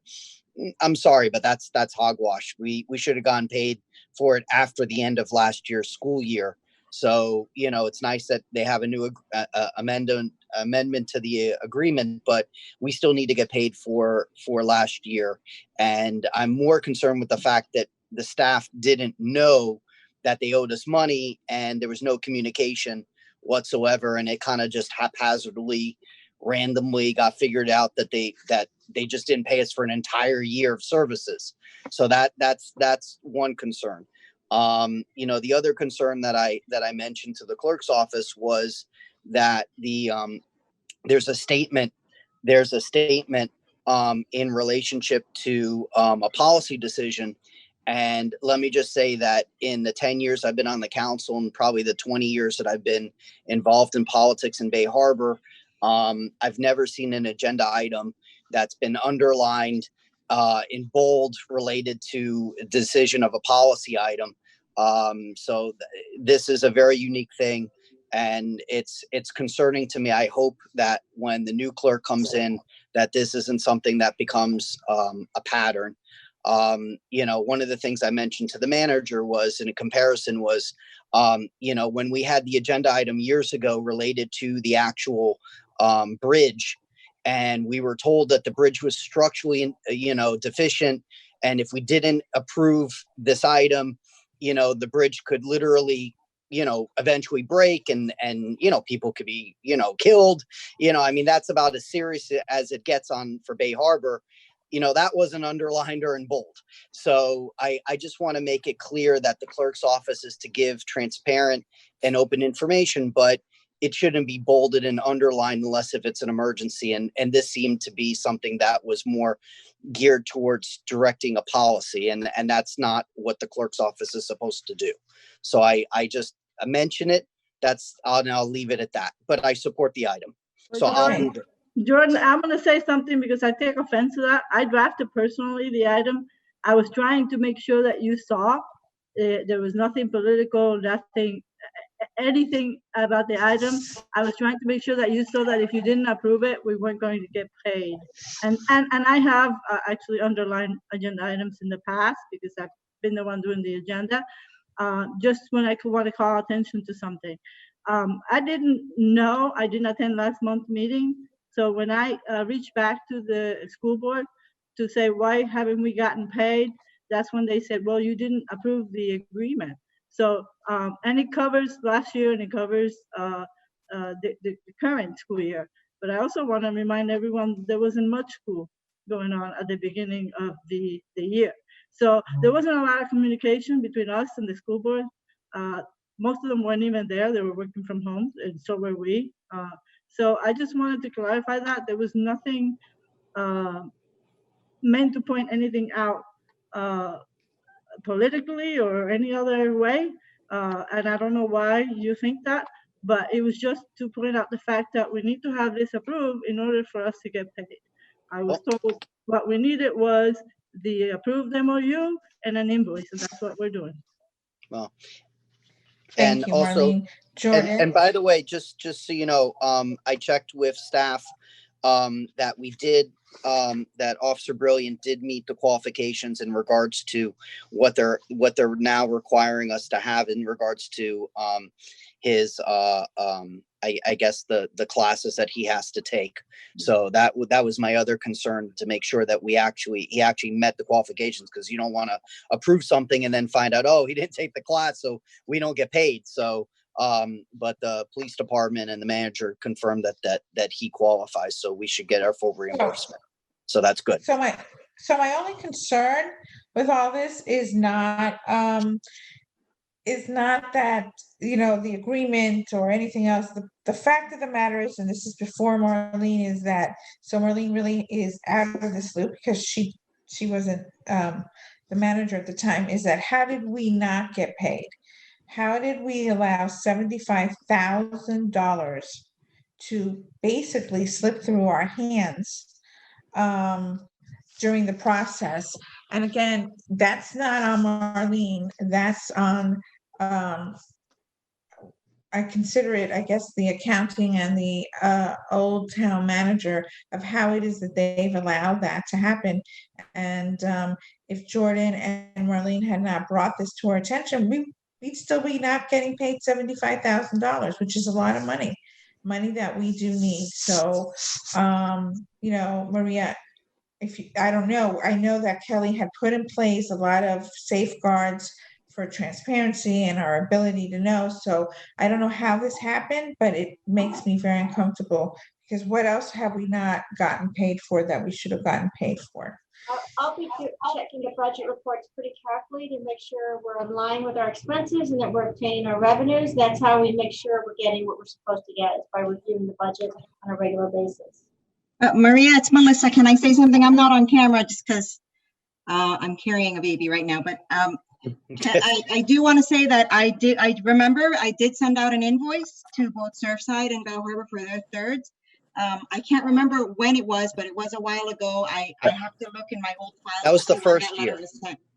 I'm sorry. That was the, you see, the first year, the amount of money that the Dade County Public Schools, was offering us was less than the total cost of Officer Brilliant. So we had a separate agreement with Bal Harbor and Surfside where we split the difference a third each. So we paid a third, Bal Harbor paid a third, Surfside paid a third.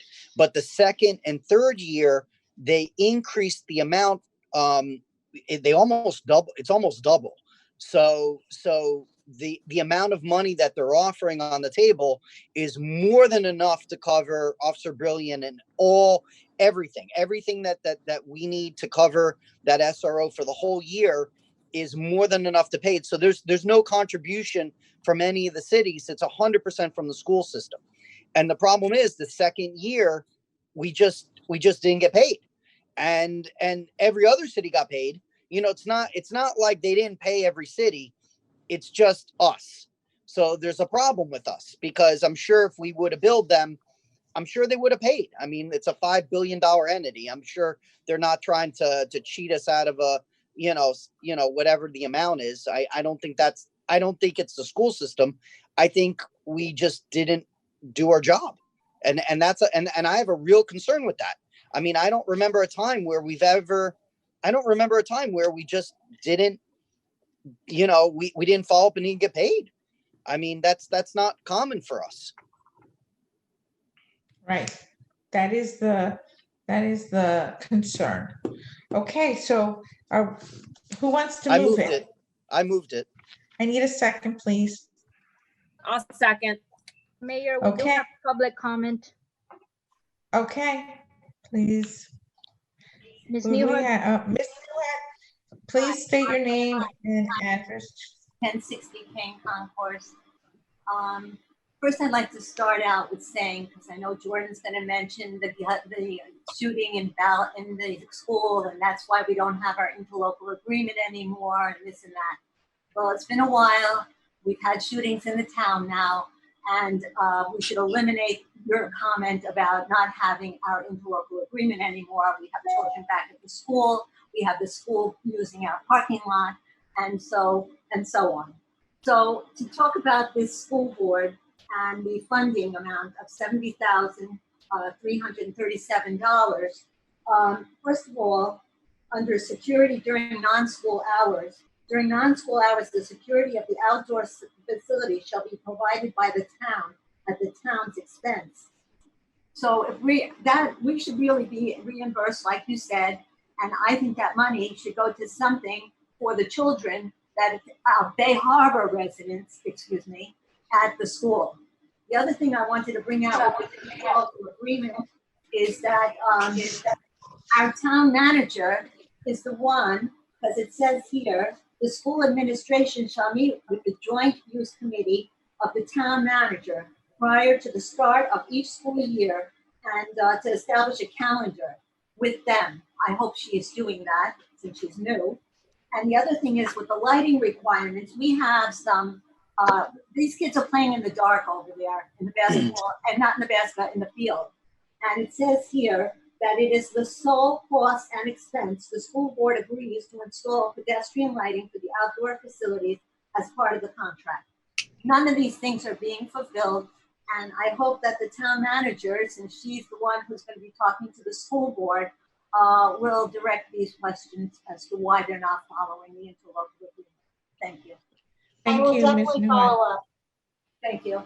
Thank you. Alba, anybody else? We don't have any more public comment. Thank you. Okay, so we have a second. All those in favor say aye. Aye. Aye. Aye. Okay, so number 6, the only question I have is, because we had so much problems with the police, with the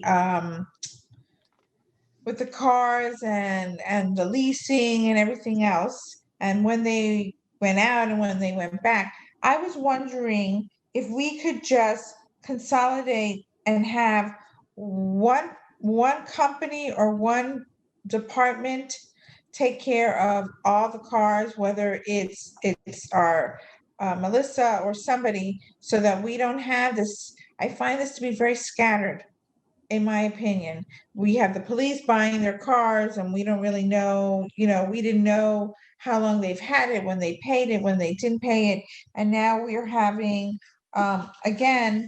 asking for a code compliance car, which is fine, but I just want to make sure that we're all under one umbrella from now on. I'm a little uncomfortable having it sectioned out. No, I mean, I would just say this. I mean, you know, it has to go through us anyway, but every city I've ever worked at, you know, the police department handles their own vehicles just because police cars are just a very special animal. You know, just because the equipment that goes in, the striping, and That's afterwards, usually, Jordan. That's well, after we lease it, then we send it out somewhere no, else. I understand, but also keep in mind most of these purchases are done through state awarded contracts anyway. I mean, really, you know, most of the time you're talking about piggybacking on a state approved contract. You know, I remember one time in Bay Harbor, I think they got it from someplace, you know, some dealership in Georgia or something like that. But really, most of the time it's pretty straightforward. Everyone really buys their cars from the same few places. It's not, So you know. let me, I'm not concerned about that. I'm concerned that we had 2 cars come in and over a year, they weren't in use. They were sent out somewhere else and we didn't use them for a year and we didn't know that we were paying on cars that we didn't know. And Melissa, when I had the discussion with Melissa, she didn't know anything about the cars. All the money, you know, we have a finance director for a reason. And so I think everything should go through our finance director. Is that true? Stephanie, Yes. Stephanie, that really, I mean, something like that should be picked up on our annual audit. I mean, I'm surprised, you know, because typically the auditors will look at the assets, compare it to the leases, and they'd have lease payments to vehicles that were not physically present. I guess it makes it a little bit more difficult when you have police cars that are taken home. So maybe they didn't even, you know, realize it, but that's why, you know, right. Let me ask something here. Stephanie, let me just ask you, but if I'm not mistaken, when we were talking in the budget, I asked the acting chief this exact question, and his response was that we were not paying for the car because it had not been delivered. Is what he said to me inaccurate? Correct. So, okay. Can we ask that? Can we ask I asked that specific question dead on, and he said, no, we absolutely have not been making any payments, and we are not paying for the car until it's delivered. They deliver it. That's what Pablo said. I remember. But that's not accurate. Stephanie, So he was- there was some accuracy, and then there was some information he did not have at the time. No, Marlene. I don't want to think about alternative facts right now. No. They don't. He was stating something correct, but not about that particular vehicle. We don't pay until the dealer delivers it. The issue was that it was sitting there waiting to be striped and have the lights on for 2 or 3 months before they started, or 3 or 4 months. I forget how many months. No, that was my specific question. Before they started using it. No, I have a problem with this then, because my specific question to him was, after, you know, once we have the car, but while we're waiting for the car to be detailed as far as what we needed for it to be a proper police car, are we paying for it right now until it's actually delivered to us in its final form? And his response was no, not until it is delivered and we are actually fully using the car are we paying for it. Josh, So you're now telling me that's inaccurate. I looked into it and that is not accurate. Right. Okay. Yes. Stephanie, we also don't have a problem with purchasing. We don't have a purchasing department. No, I know, but I'm saying, right. And code purchases their cars separately, and public works. Right, and I understand that, and because we don't have anybody specifically, this is how we get, you know, this isn't, I'm not sitting here saying, pointing fingers. First of all, Josh, it wasn't accurate, okay, we were paying on it, but more importantly, I would like to, if we can, I'm not saying not approve this, but I would like to mainstream it into one person, one area to oversee it. I mean, Isaac, you're the accountant. Stephanie? Yeah, there has to be, you know, we have to have, you know, just one like master file of all the leases and have it, you know, checked periodically every quarter, you know, hey, where is this asset? Where's that asset? And, you know, what's the deal? I mean, you know, I'm hoping that this situation with the police cars that were leased and then outfitted with the police gear, you know, delaying the entrance into those vehicles into service is an anomaly. I'm hoping that's an anomaly, but I think we really have to make a master list of all our leased equipment, including police vehicles, and just audit it ourselves. Right. That's exactly what I'm talking. Good. Thank you, Isaac, yes, Kelly. Yeah, I mean, I'm not sure that we really need to like add some kind of a title, or definitely not hire a person to track the cars. But I would say maybe you want to ask the manager, tell her what you want her to do. And I'm sure she's very capable of holding each individual department director accountable. You know, it's got to relate to the budget. I think that particular case was kind of an anomaly. I'm hoping it is anyway. But I guarantee if you tell her what your concern is and check back, that she'll square it away. Thank you, There Kelly. was also like, we had questions as to this particular car, what the need was, and some of that information was not readily available. And Isaac, I mean, you're practicing CPA, but I remember that, part of good management, part of good, asset handling is that you don't just have one person that handles it. You have a secondary person that checks what the primary person is doing, because people make human errors. I mean, there's nefarious issues, but really people make human errors. And so, I do agree that the manager, should have the capability to make this choice, but this goes back to the overarching issue that we keep bringing up, which is we have things that are falling through the cracks, and there is money flying out our door. And, we have a responsibility, because it's not our money. It's our constituents' money. And we have a fiduciary responsibility to how it's spent. And right now, I know for myself, I don't have the largest amount of confidence that we're really watching our dollars and our cents, and we really know where everything is coming from and everything is going, just based on some of the items we've even talked about tonight. So I would definitely like to see, along with what it sounds like some other people are saying, I really want to see some awareness and some clamping down on how we're spending and making sure we're getting every dollar in, and really just being very responsible with our people's funds. By the way, Mayor, I just wanted to clarify that we do have a list of all our vehicles. We have a list for insurance purposes. We have a list that the clerk, we keep in the clerk's office. The police has a list. We do check against each other. It is audited. Melissa has instituted a contract with Enterprise Fleet Management, which is where we buy the vehicles from for all the departments. So there are some controls. We do have this car, for example, is like from 2010, 2011.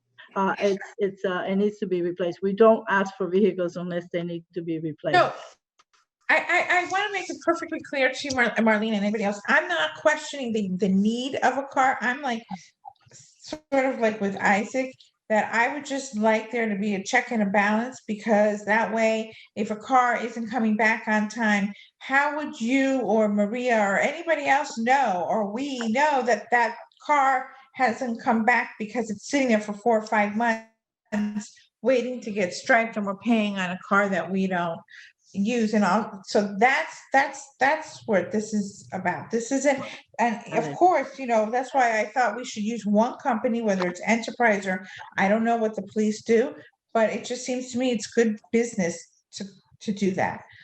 Maria, do you have anything you need to say since your hand is up? I'd like to say something with, as far as Enterprise goes, the thing that's great about them is this wouldn't have happened because when you purchase a car through Enterprise, they have the ability to outfit and stripe the car because they have a contract with the person that does do that for us on the side.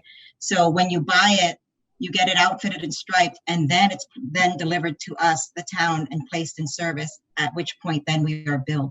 So there won't be a delay as far as, waiting for the car to get outfitted, because we will already receive it outfitted. So Melissa, are you saying that all cars are going to be bought through Enterprise from now on, making it one umbrella? Yes. I would like to, yes, because that would save us that issue. That would save us from that issue. That's all I need to know. Stephanie, Yes, let me give you another suggestion that maybe, I think it's very, the technology is very, very cheap for us to put like tracking devices on all our major assets. So I think, that might be another way we can actually keep track of the physical location of all the cars, like some type of tracking device, like a LoJack. We tried to do that. We tried to do that. That came before the council when Ron was manager. Ron said he's going to bid it out again. Yeah, it never Technology came is back. better now. What did he say? It's cheaper. I cheaper now. think that was one of those that we were going to get some more Kelly was saying information. something. I'm sorry. I think that was called the VIM equipment. And there was a problem with that bid, and he said he was going to put it out again. That was a few years ago.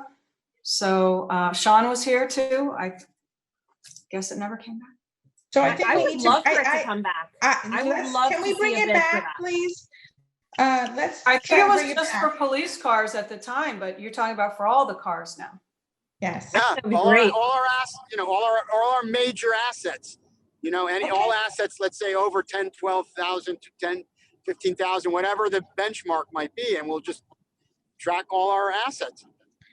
Okay. The reason why, yeah, but the reason why that happened originally wasn't just to track the assets, per se, as far as to know, that it's in the garage or whatever. But there were allegations of employees that were supposed to be working and weren't in the town. That's where that came from. There were allegations. So let's do this. Yeah. It's two birds, one stone. Okay. So let's do this. Let's bring this. If we can have this at our next council meeting, please, the information, and then we can have a discussion and see if that's what we want to do. I just wanted to bring up, a small thing, but I guess I do like what Isaac's saying, and I guess if Ron, let the ball drop, let's pick up the ball and keep going. So, okay, so We need to vote on this one. Let's just vote on this one. Let's vote. I'll move it. Second. Or whoever. Okay, all those in favor? Aye. Okay, let's move on. So glad we get past consent. Good thing it didn't take long. Number 7. Okay. Who's gonna read it? Consideration of. Number 7. I'm sorry, want me to read it? Sorry. Yep. Consideration approval of an ordinance is on second reading to increase the monthly charge for water service to $4.81 per 1,000 gallons, and to increase the minimum monthly service charges for each water meter to $22.88. Okay. Do you read the ordinance? Yeah, Marlene's reading it. To increase the monthly charges for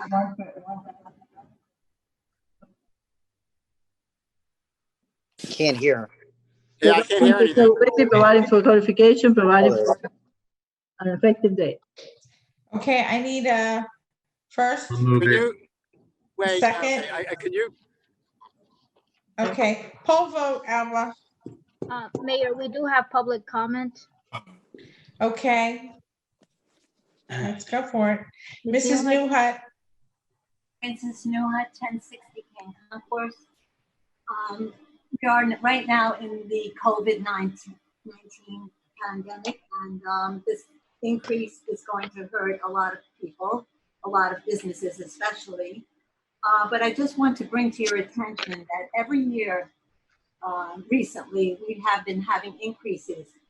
And I want to just bring up something from Alan Short. This was from March 24th, 2016. It was regarding learner financial analysis. And basically his summary findings is that Bay Harbor Island's expenses been at the average of comparable cities, and it would have saved over $40 million for years 2009 through 2014. And he also goes on to say that with this survey, it did not include Bell Harbor and Surfside. And basically what it's saying is that none of the other comparable municipalities have this causeway. We operate a causeway that seems to bring in a lot of money. Mr. Lerner cited population of 5,500. The per capita expense for the causeway was $917. That accounts for most of the annual per capita expense overage of 1,233 and over 30 million of the 6-year projected overage of 40 million. Therefore, I don't understand, especially in hard times like this, we are getting an increase again and again and again, and these businesses cannot afford to keep paying, especially now with the COVID. And they can't afford it. They can't afford it. And now you have a church that's getting tax-free, no voluntary taxes, and we're getting wiped out. We're getting wiped out. We're not going to have any tenants if you keep this up. Thank you. Thank you. Correct me if I'm wrong. This is a pass-through. Correct. This is a pass-through. I mean, this is not us increasing anything. This is a pass-through. I mean, do you recommend that? I mean, No, who on this council- Jordan, it's already, we've already said it's passed. You don't have to get into a conversation with us. Just- Increase every monthly year, charge. like, Increase monthly charge for water service and Is there anyone else to speak? sewage. I'm reading it right here. Anybody else? Alba? For public comment. Okay, poll vote, please. Councilmember Yaffe, 4. Councilmember Tricocce, 4. Councilmember Salver, 4. Councilmember Reed, 4. Councilmember Leonard, 4. Vice Mayor Fuller, 4. Mayor Bruder. 4. It's unanimous. Number 8, please. Marlene, if you, oh, I'm Consideration sorry. and approval of an ordinance on second reading amending section 20-9 of the town code, increasing the monthly base and flow charges for sewer service. Okay, Marlene. You want me to? Wait, you He's need on to, mute. You're muted. You're muted. Sorry. can't hear you. We can't the hear monthly you. base and flow charges for sewer service, providing for penalties, providing for severability, providing codification, providing for an effective date. I need somebody to move it. Move it. Or second. Okay, poll vote. One question. Is this a pass through also? Yes. That's all I need to know. Yes, this is a pass through. All right. All right, Alba, any public comment? No public comment. Okay. I need a first and a second. You got it already. You got it. Give me a poll vote, please. Councilmember Leonard, 4. Councilmember Reed, 4. Councilmember Salver, 4. Councilmember Tricocce, 4. Councilmember Yaffe, 4. Vice Mayor Fuller, 4. Mayor Bruder. 4. It's unanimous. Okay, number 9, please. Consideration approval of the emergency ordinance on first and second reading, authorizing the use of communication media technology during periods when the town mayor determines and declares a local state of emergency. An emergency ordinance of the town of Bayharbor Island, Florida, authorizing the use of communication media technology and for attendance by use of such technology by elected and appointed officials during periods when the town mayor determines and declares a local public health emergency or state of emergency, and further determines and declares that it is necessary to protect the health and safety of town officials, town staff, and the public, providing for conflicts, providing for severability, and providing for an effective date. Anybody? Move it? I'll move it. I'll I'll second second it it. for purpose of discussion. Okay. All right, let's discuss. Elizabeth? Wait, hold on. Hold on, I gotta get my page to the right page. Anybody else have a discussion? Well, I'm waiting to see when Isaac and Josh get to where they're going because I'm sitting here. I'm already Oh, What? Wait, what are you no. talking about? No, it's not this item, it's the Trying to next one. call- I'm good. Jordan, don't be so feisty, huh? Elizabeth? All Well, right. she's waiting, so I'm excited to find out where he's gonna go. Elizabeth? It's just nice to know that people still go places. I feel like I'm stuck in my house still most of the time. We're living vicariously through you guys. Well, Josh is No, just I have sitting in for his the next car. item. I Wait, let's apologize. get back on topic. Josh is in the Okay. driveway. Go, Elizabeth. No, I'm sorry. It's from, I have it for the next item. I apologize. Okay, so, all right, poll vote. I'm sorry, can I ask a question? Sure. If this passes, I just want clarification. Does this mean we're doing meetings virtually and it's legal to do that? Because I have 4 contracts that need to get approved, or I need a process between now and January. I mean, can we call a meeting in November and have it be virtual, or should I be signing these and having ratification approval in January? I just want to make sure we're legal with that. Yeah, think we so take a I can respond to that. So if this passes tonight on first and second reading, we are able to do virtual meetings going forward. Oh, yeah. Yippee. Yeah. So as I said in my memo, obviously it's a little bit safer to do it with a hybrid method, which this allows, or if we want to do it fully virtually, knowing that we may have to come back at a later time to ratify things if it's challenged and successful, which I still don't think the courts will do that, given the fact that the courts are completely virtual themselves, with the exception of criminal matters. I think it will hold. Maria, that means we take a risk. In other words, we're doing this, we think it'll work, but we're not sure. And that's the problem. Everybody has to understand we take a risk. Okay, Let me ask you a question. Are we contemplating being in person in January where we do a hybrid method, or being like, what's the plan for our next meeting? We don't know. We don't know right now. Let's see what happens with COVID. Yeah, I think that was the approach. Like, we're going to wait and see and then figure it out. Yeah, we may be the governor may issue, for all we know, at that point, there might be a new order from the governor. We just don't know between now and January.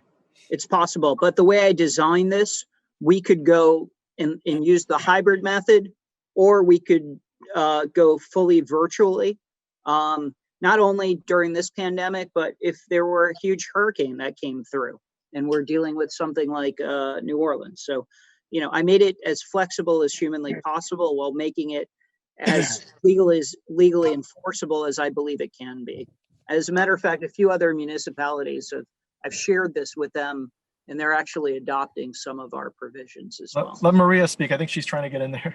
I have some really important things that need to be processed. So the question is, if we have a November meeting and we bring it to the council to be safe, in January, we bring it back for ratification for approval, just to we make sure it's proper. What do I do with these? How do we process things between now and January? I don't think we do.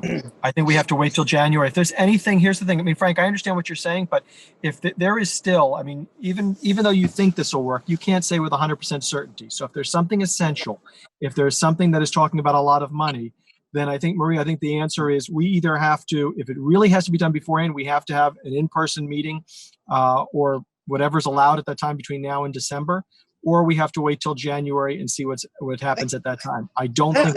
I mean, let me ask a hypothetical. What if? I'm sorry, Bob. You said something. No, I was saying we're adopting this as an emergency ordinance on first and second reading. So if it passes, isn't it effective immediately? Yeah. Yes, correct. No, but so I think the statement is the present order ends in a couple of days, the governor's order. Right. We're going to know in a couple of days whether or not the governor extends it for another month. But what if, I thought this ordinance provides also for an emergency declaration of emergency by our mayor. Yeah. Correct, which has been here for a long time. Should be clear that months ago. So if we needed to have a meeting in November, for example, to approve certain contracts, and if this ordinance passes this evening, then presumably we could follow the procedures, not presumably, we could follow the procedures that are set forth in this ordinance. Isn't that the intention, Frank? That's correct. Look, at the end of the day, if there were any worries and there was anything stricken, we could always have an emergency meeting and we could always then ratify that which was done during the use of communication media technology. That's not accurate. Frank, that's not accurate. If we enter into a contract and the contract is later challenged as voidable, that doesn't mean the contract is still open for us to ratify later on. So we take a risk. Look, I think I'm going to vote in favor of this. I think it's the right thing to do, but I want everybody to understand there is not a 100% certainty that anything that we okay during such a meeting is going to be unchallenged, and with that challenge being unsuccessful. There's no 100% certainty. I just wanted to ask. I'm sorry. I just wanted to say we're currently trying to schedule a meeting with you for next month, as you know, for November 12th for the attorney selection. We were under the impression that if this ordinance passes tonight, that meeting would be a Zoom meeting. So this needs to be very clear. I think what Maria was trying to say is that can we include all the items in that meeting that might need approval before next year? I don't even think we should be having the November one based on this because someone can challenge it very easily. I think we're creating a problem for ourselves. Well, we need to be very clear about that so that we can proceed scheduling the meeting. Also, Josh, I don't really understand what's the point of this ordinance. Right. We're doing this on an emergency. Let me finish. We're doing this on an emergency basis to adopt it this evening. So even if the governor's declaration of emergency expires and he doesn't renew it, we have our own municipal declaration of emergency. I mean, why are we even bothering? If there's a doubt about this, why are we bothering this? I would take the position that if we adopt this ordinance and we have a continuing state of emergency in Bay Harbor Islands, then we can do the hybrid or the full virtual method and not be dependent upon what the governor does or doesn't do. The answer, Bob, in my understanding is this. It's the move right now to give us the most flexibility. But again, and Frank may be right that 99% of the time, anything we vote on during those meetings will hold. But he cannot say, and I'll ask him again right now with 100% certainty, that someone will not be successful in challenging it. So we take a risk. And there might be items in a real emergency situation that we're willing to take a risk, and certain things will become moot anyways after we do them, and it's not a problem. But when we talk about larger contracts, or we talk about hiring potentially a town attorney, when we talk about signing documents we're binding ourselves to for years, we are opening ourselves up to a challenge, and the challenge may or may not be successful. And there's no way for us to, like I said, with 100% certainty say that we will have a binding decision if someone decides to challenge us. No, and I understand that, but we have to make a decision based upon, the health of, the town and staff, council members of the public, whether we're going to risk having, public meetings. Agreed. And just make that analysis. And there is, as you say, a risk. Right. And unfortunately, Governor DeSantis has put us in this position with not giving us or any other municipality the flexibility to do what we think is for the safety of the citizens and for our staff and for ourselves. But as a result, we are stuck making this jump or this leap of faith right here that hopefully we won't get challenged on any item. But I can't guarantee it. And Frank, I mean, you can tell me right now, it's yes or no, and please don't go into more, yes or no. Can you say with 100% certainty that if somebody challenges something we decide during one of those meetings, that they will be unsuccessful? No, I can't give 100%. Right, and that's exactly what I'm saying. Then how can we have these meetings if, let's say, I mean, you're talking about the meeting on the 12th, correct, Josh? I'm talking about all the meetings. Anything we do, meeting. right, any meeting we do. Like I said, the governor has put us in a bad situation. And as a result, we're doing this. The reason I think this is useful for us as a tool is that if we have certain items that we have to discuss that are not major, but they're things that have to be addressed right away that will become moot, if somebody challenges it later on, it doesn't matter. It's already happened. But with a contract or something like that that is going to be continuing beyond a certain date, if those items get challenged, we have a problem, potentially. So I think one more question, please. So for the police search, I'm supposed to do a Sure. public meeting. Is Yeah, that go ahead, due by Maria. Zoom? Is I it, didn't hear you, Maria. I'm sorry. is it legal to do by Zoom when the police chief review their recommendations? Is that okay to be doing by Zoom? Frank, we're going to be in the same scenario. It's the same thing. Look, I think business has to resume, and either the town council wants to go live or a hybrid, which we have a quorum in the chambers. I can tell you with certainty, if we have, well, with almost certainty, if we have 4 persons in the chamber and everyone else virtually, that is a safer way of doing it. Is that 100%? No, it's 99%. If we do it fully virtually, we're about the same odds as well, maybe slightly less. There's nothing perfect in today's environment, but you will see a majority of municipalities will have very similar, many of them will have very similar ordinances as this, and they are intending to use it. I agree. Kelly? Can I suggest, would it be helpful if we sent a resolution to the governor explaining this quandary that we're in. I mean, I suspect really after the election is over, that some decision will be made. I think that'll be a turning point. But, or maybe, Isaac, if you're still there, can the League of Cities help us out? Or, I think our senator is gone right now, but what if we send our concerns to the governor right now? Let's just approve a resolution. So the League of Attorneys for the Miami-Dade County League of Cities has done that. Here, by the way. We've continuously done that on several occasions. And there was a lot of lobbying which occurred, and that's why it was extended till November 1. In the October 1 memo, the governor was very clear that municipalities need to make steps to go live and to attend live meetings. So that was what he had said. We were surprised that he did it the first time. I'm not sure whether he would do it the second time. But I think you're correct insofar as after the election's over, there might be a better chance. Although it's kind of hard to believe that the governor would allow a period of time to lapse, but we'll see. I mean, I think he's been closely aligned with those who want everything live and want people to return back to normal. And we'll see what happens after the election as well. It is possible. So what is the pleasure of the council regarding this, regarding our meeting in November? Do we want to wait and see what happens, like Kelly said, after the election? And then what is the pleasure of the council, please, one by one?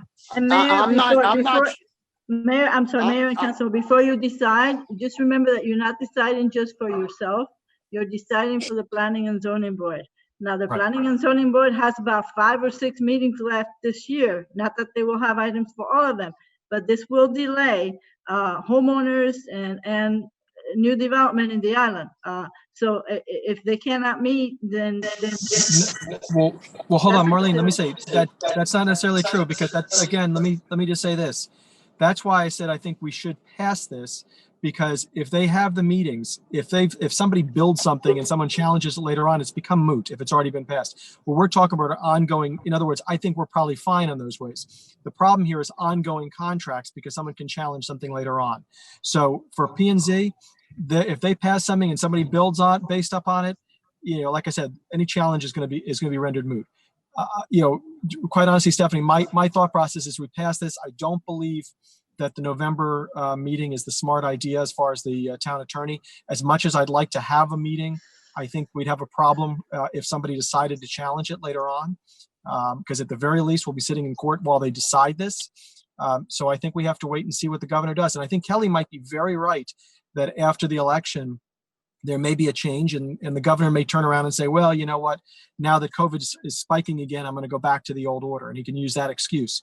We just don't know. So is it the pleasure of the council to pass the ordinance so that P&Z can continue on, because the bar is set much lower for there to be a problem, and that we should wait till after the election to see if the governor does or does not, and that we should not have our November 12th meeting, so that we can make sure we don't have any challenges until we see what happens with the governor? What is the pleasure? I'm not sure what the connection is between the election and the governor, because the governor is not up for re-election. So, I'm gonna support having online meetings, even though I'm a little bit disappointed that I can't see Elizabeth's new haircut live, because I noticed that she has some frosted tips and like an ombre thing going on that I have not seen it live. You noticed what Elizabeth? My husband, who did not notice for 2 days, and Stephanie can certify this. And second of all, this is all my natural gray, my friend. She's going I'm gray. aging through this council. No way! No, really? Oh, it's all my highlights. That's I think awesome, natural or whatever, natural or otherwise. Thank you. But look, I support whatever's safe. Okay. Anybody else? I agree with Isaac. Look, I have concerns obviously about the sustainability, but the reality is I think we have to put safety first, because correct me if I'm wrong, but what I read was if we open up and have in-person meetings, then we have to allow the public in, and that creates a danger to the public, right? Anytime we're trying to not encourage large gatherings of people or people coming together, we're trying to encourage, safety first. And I'm with Isaac on that. I just can't support anything that's going to put someone in danger. That I understand, but what about the second part of what Josh is saying? Do you want to postpone the November 12th meeting? You pass this, allow P&Z, like Kelly said, wait, I know, Isaac, so after election, the numbers are going up, and see if after the election, if our governor decides to extend the order allowing us to have virtual, and if not, at that time, we can then decide. Okay, Elizabeth? Stephanie, why don't we divide it into two parts? Why don't we go Okay. ahead and take the vote on it and then continue the discussion about the November 12th meeting? That's fine. Because That's a great idea.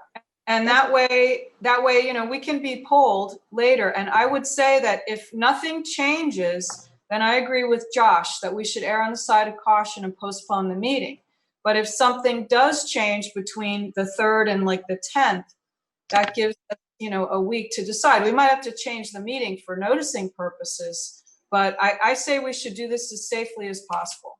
And I agree with Kelly. I'm on the same pathway. So let's divide it up. Let's do, who is in favor of this Or order? you have any public comment? Sorry, any public comment? No public comment. Okay. Mayor, so- there was already a motion. We just need to poll, right? Poll, please, Alba, thank you. Councilmember Yaffe? For. Councilmember Tricoche? For. Councilmember Salver? Or Councilmember Reed? For. Councilmember Leonard? 4. Vice Mayor Fuller? 4. Mayor Bruder? 4. It passes. Okay, and so you will then reach out to the council as far as the November 12th and see what is the pleasure of the council. Okay. I'd like Alba? to ask, would it help for us to put this concern in the form of a resolution and send it to the governor in the next week? I think that's a great idea. We have it approved. I don't think it'll do a thing. It's not going to do anything. Yeah, and by the way, Kelly asked about the Florida League of Cities. The Florida League of Cities is already going live. Our legislative conference is going to be, it's live optional. So we're going live essentially. So, okay. I just God protect us. Mayor, I just wanted to say on the record, because it's, we're on the record right now. Maria asked about the police election. That's a little different, because if she can get the committee to appear, at least the majority, correct, Frank? To appear live and the rest on Zoom, or to have all of them appear live, you can still proceed with the meeting. We were planning on doing all of that Zoom, none of it in person. No, but you could do a hybrid and it could be done still. That's why I'm asking you, because I have all the police chiefs doing the interviews via Zoom, but then we have to do a public meeting at the very end. And it would be, I was hoping we could do that via Zoom as well, because I wasn't planning on anyone being here. That's why I'm asking. Well, let me ask you a question. That is her appointment. That doesn't involve the council. Right. She makes that decision. She can do whatever she wants. She's the manager. Well, and let me say in candor, it's going to be a two-parter. One, she's going to have all the interviews, which are at a closed meeting, and then they are going to subsequently open that closed meeting into a public meeting. At the public meeting, the chief panel can then give recommendations and scores and the like. They can't do any of that in the closed meeting. All they can do is assist in technicalities, and so that Maria can have their technical knowledge to make a decision herself.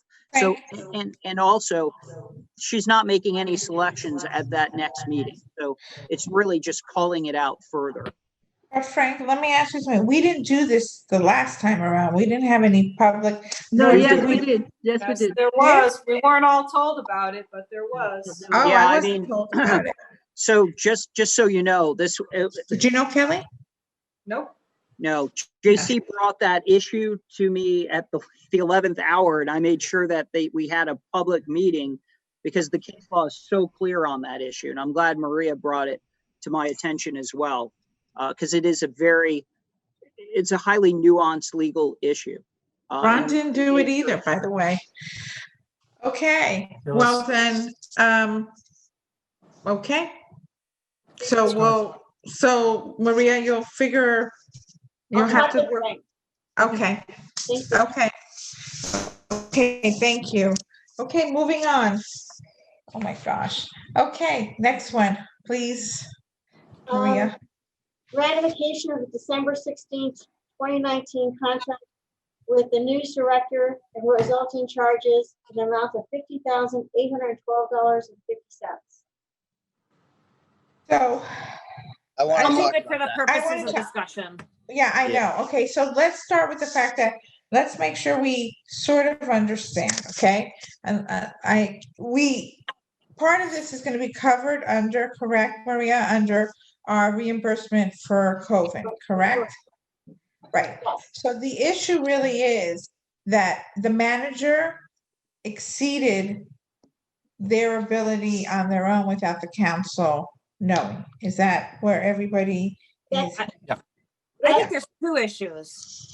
Well, first of all, yes, that's correct. And for auditor purposes, we actually need the council to approve this because So it's again, inconsistent with our right. procurement policies. Isaac, pay attention, you're the accountant. So I know, but I can hardly hear Maria. I can hardly hear her. The audio, her audio is very not quality.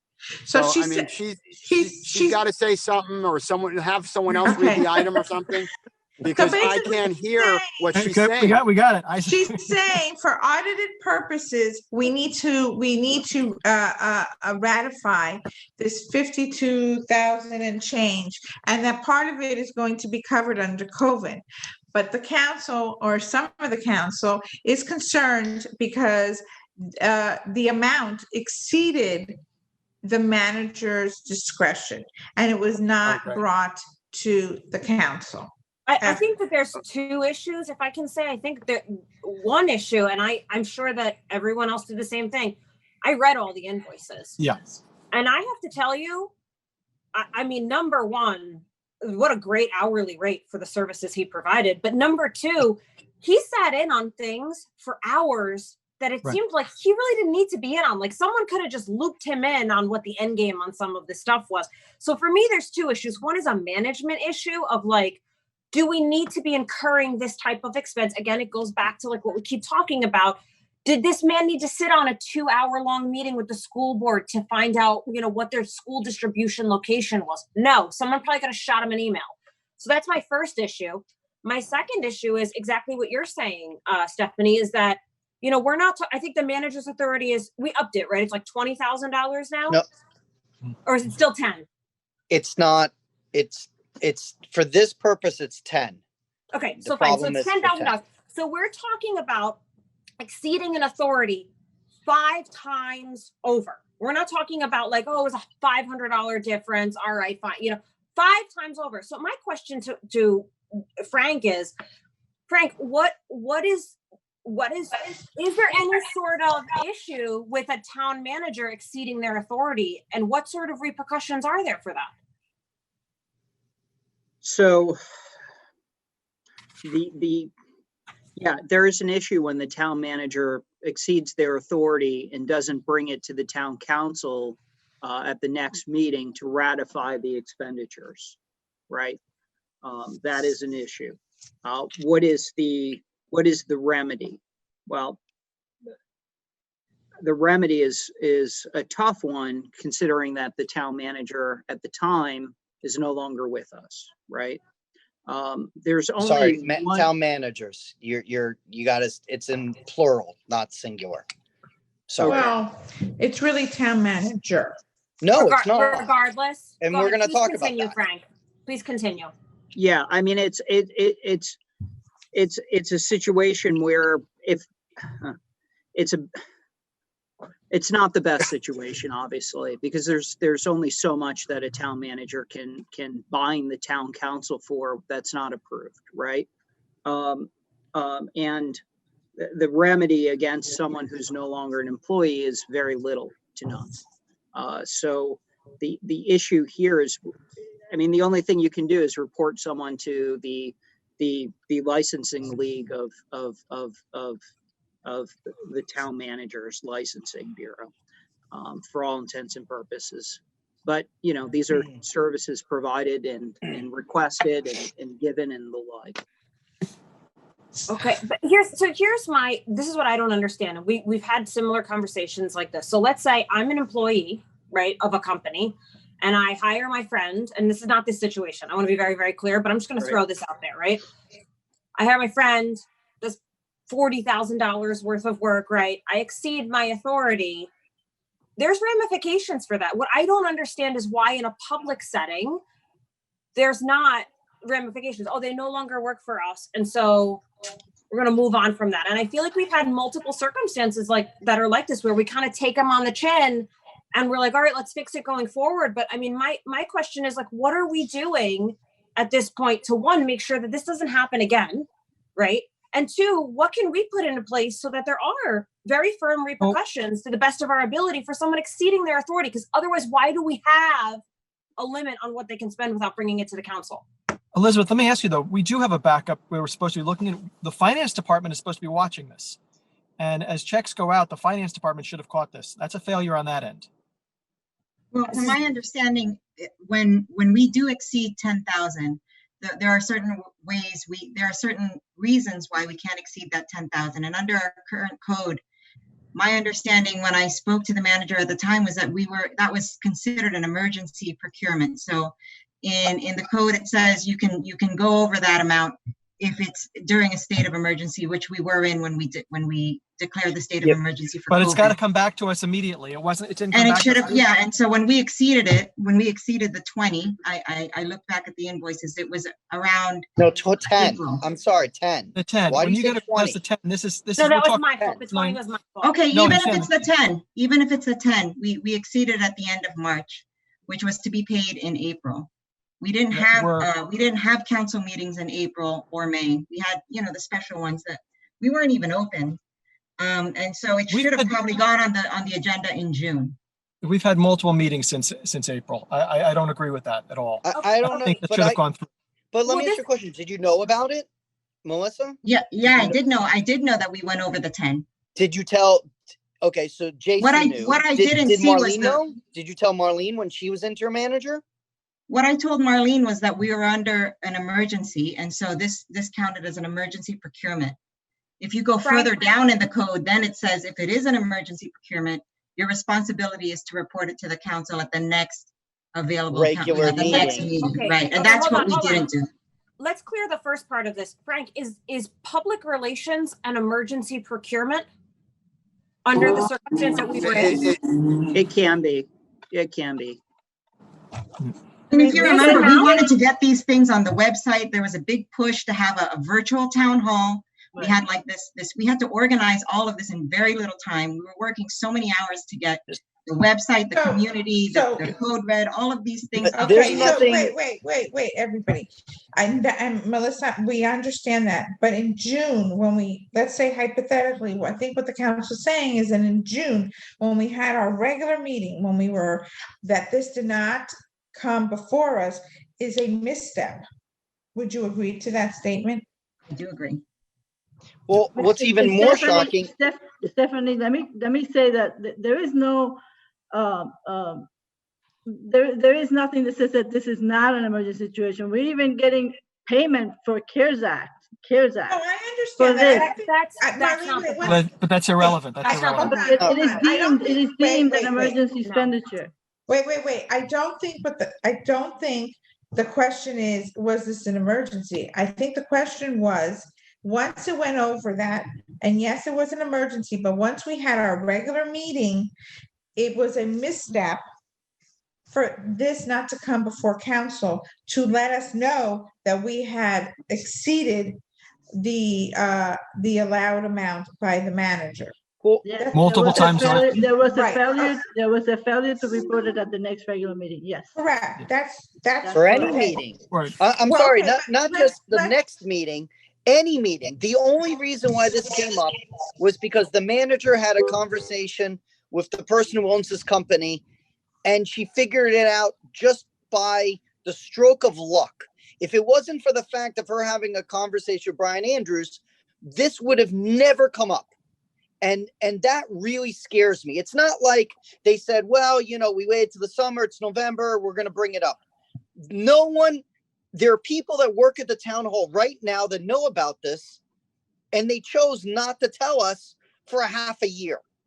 And only took the new manager, who's not from the state of Florida, to randomly just talk to someone to figure out that they broke our code, our law.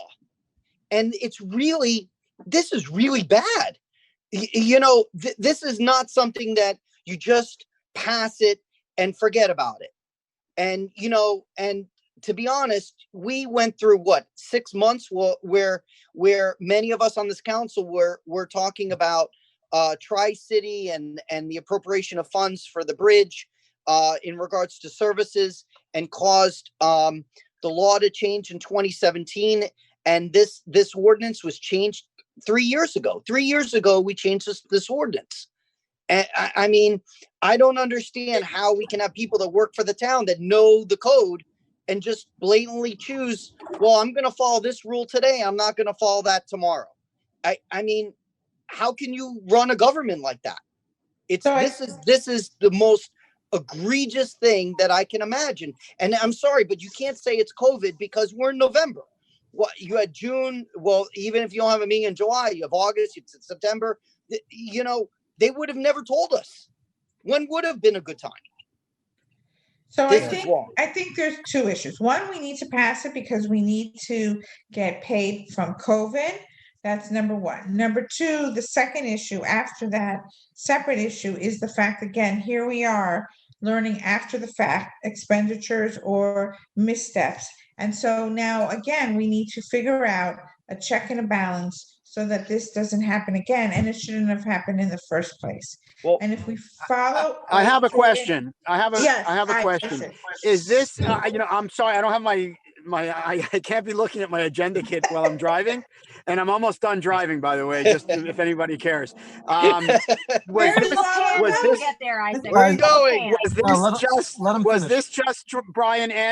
just Brian Andrews? Yeah. Or were there other elements to this, or is this just Brian Andrews, you know, his handling of our public relations for like the COVID crisis, basically? Other items. It's Brian Andrews, and he has a couple times he listed that he used some of his staff. But yeah, I mean, some of these things were a little ridiculous when he's decided to watch one of our meetings for 4 hours and bill. I mean, I'm not sure why he would want to watch the meeting for 4 hours except to bill for $2.50 an hour. So, but I mean, you know, I think it's a little bit disingenuous, and I hate to use Bob's word because I know, you know, I kind of learned it from him, but it's kind of disingenuous of us. You know, I hope I'm using it right. It's disingenuous of us to, you know, pretend like, oh my God, this is such a shock, because we all knew that staff was using Brian Andrews as our, you know, ad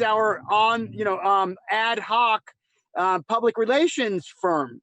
So we all knew about this. This is not like, oh my God. Wait, Isaac.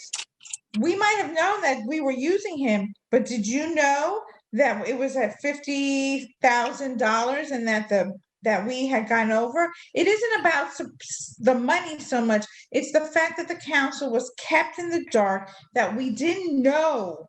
Okay, again, we are responsible for the money that is spent in this town. And it's the unknown that is, I think, what is so upsetting to the council. All right, so we're putting in for reimbursement for this? Yes. No, for parts. Most of it. Most of So it, 80 why- minutes. Can I say something too? So maybe so wait, let me just can I finish my thought pattern? Okay. Because I might forget what I'm going to say. I guess from an accounting thank you, Joe Biden. From an accounting standpoint, if the net effect is really, makes this expenditure below, 10,000 or whatever the threshold is, then, there's some rationale between No. what took place. Because look, we all knew that Brian Andrews was working for the town, because, we all knew it. I mean, I think it was made known to us by the old manager and the interim manager and the new manager. So, I mean, this is it's not a shock to me. The amount, yes, is a little bit shocking, but I mean, if we're getting reimbursed, I mean, But what I'm happens not if we weren't as getting hung up with it. reimbursed? Isaac, what happens if we didn't get reimbursed and that we had So to? then, still, look, we've paid, we used to pay what, $24,000 a year for a public relations director. Yeah, but that was budgeted. It's not right. That was Right. this is money that's not. By the way, the money that we're not getting reimbursed on, where's that coming from? From reserves, I bet, because that's not on the agenda item. You're going to pay that out of reserves? Okay, so You wait, could let author- Bob, Mayor? Bob, Right. Bob. Mayor, One you could second. authorize the town manager and myself to negotiate that bill with him, given the fact that there are some issues in the Oh, authorization. please, and the like. please do that. Yeah. Okay, absolutely. Hold on, Bob, please. Sure, Allow I- Bob to speak. For my comment is as follows. I mean, I understand that this is disturbing. I mean, we all did know about Brian Andrews, and I think that JC, I'm assuming it was JC, should have advised us that there was actually a contract or agreement that he had entered into, provided us with a copy of it so that we would know the terms just on an informational basis, so that we are, as Stephanie said, we're responsible for the money that the town spends. So we should have known about the existence of the contract, which we didn't know about. Now, we've been going through at this point, like a 9-month emergency situation, and some things have slipped through. I'm not excusing it. That money we shouldn't have gone over, or if we did go over, as Melissa said, and as others have said, it should have been reported to us as soon as possible and discussed at the next town council meeting. Now that we've realized that a mistake or mistakes were made, I think we need to simply recognize that the mistake was made, determine whether we're going to ratify this or not, determine whether we're going to authorize the manager and the attorney to try to negotiate something with Brian Andrews. And this was a learning experience, and we spent the next 5 hours this evening talking about this and the outrage that we all feel. But I think from my perspective, I'm upset about it, but it's history to a certain extent. We need to be diligent in the future, both from the standpoint of the manager and our finance officer, and make sure that this doesn't happen again. That's my. There's also another issue, by the way. What is There's that? also another issue. When I got my agenda, and it's interesting because usually if there's a mistake that's made with the agenda, it's always one agenda item. I noticed that 9 and 10, the 2 items for this issue, were gone from my agenda. And I spoke to Alba about it, and they said, oh, it's a mistake. And I thought it was odd to get missing 2 agenda items.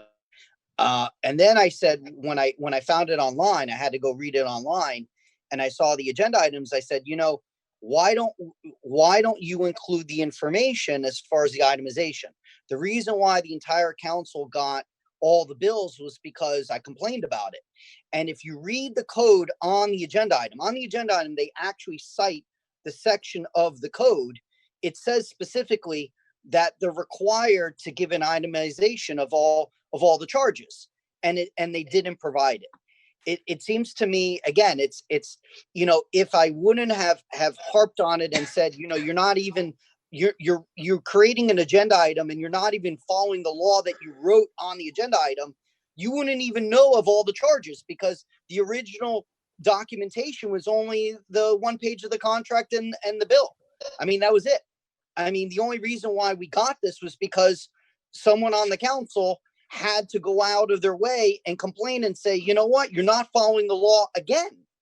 You see, again, it's the problem that I have. It's not one thing. It's a pattern.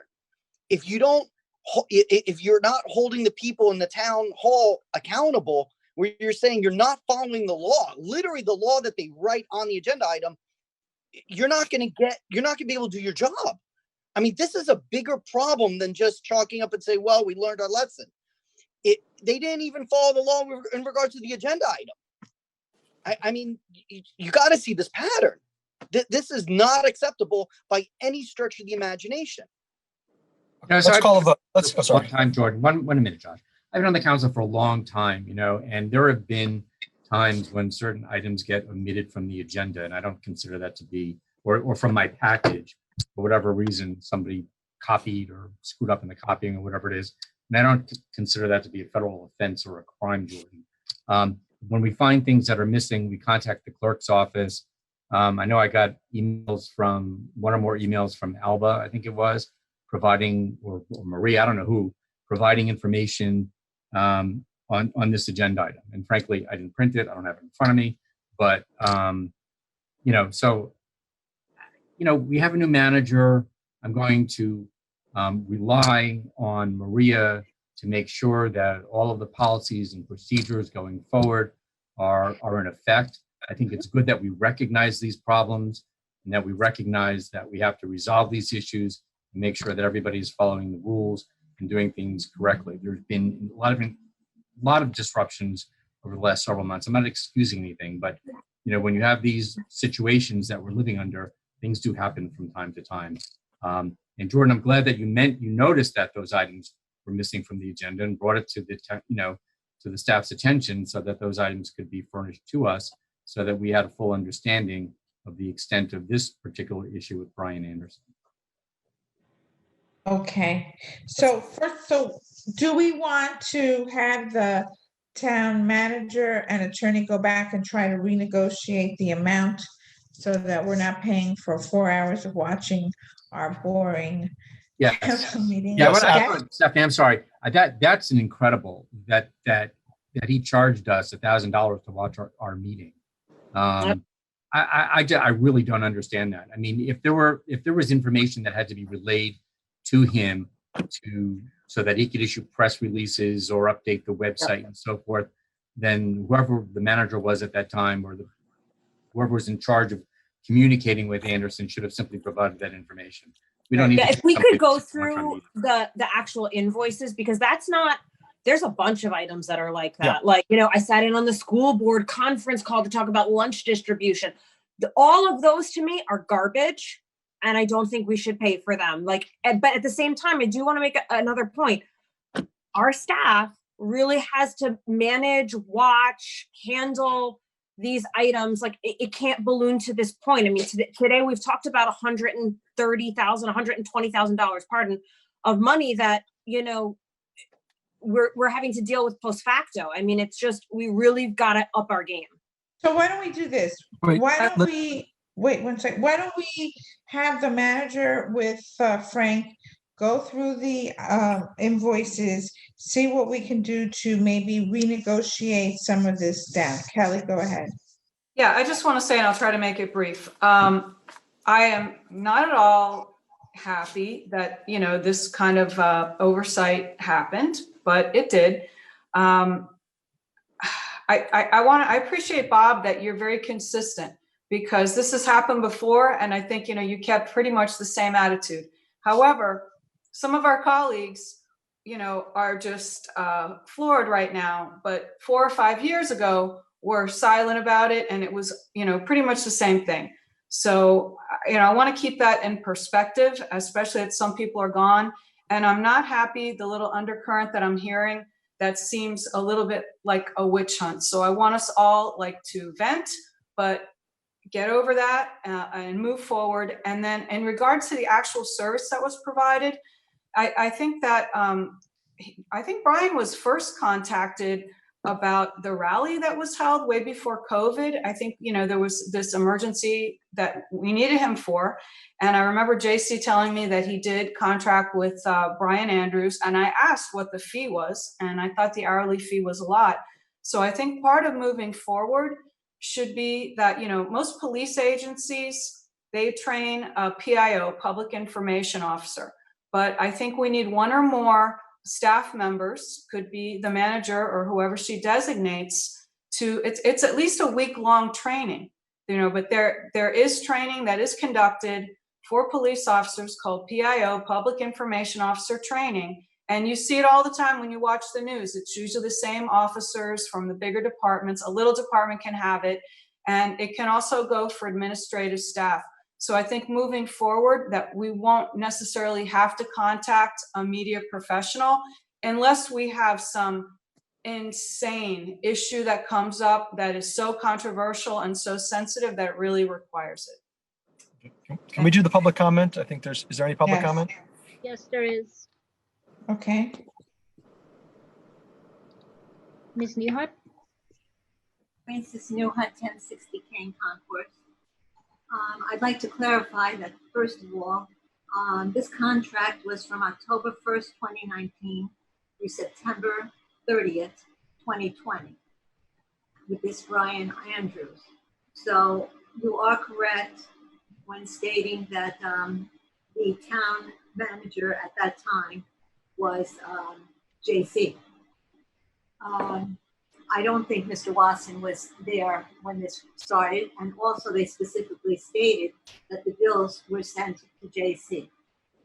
The second thing I want to bring out is when you look at this itemized bill, it's very similar to when you look at the itemized bill of our attorney, Mr. Sherman, when he was our attorney.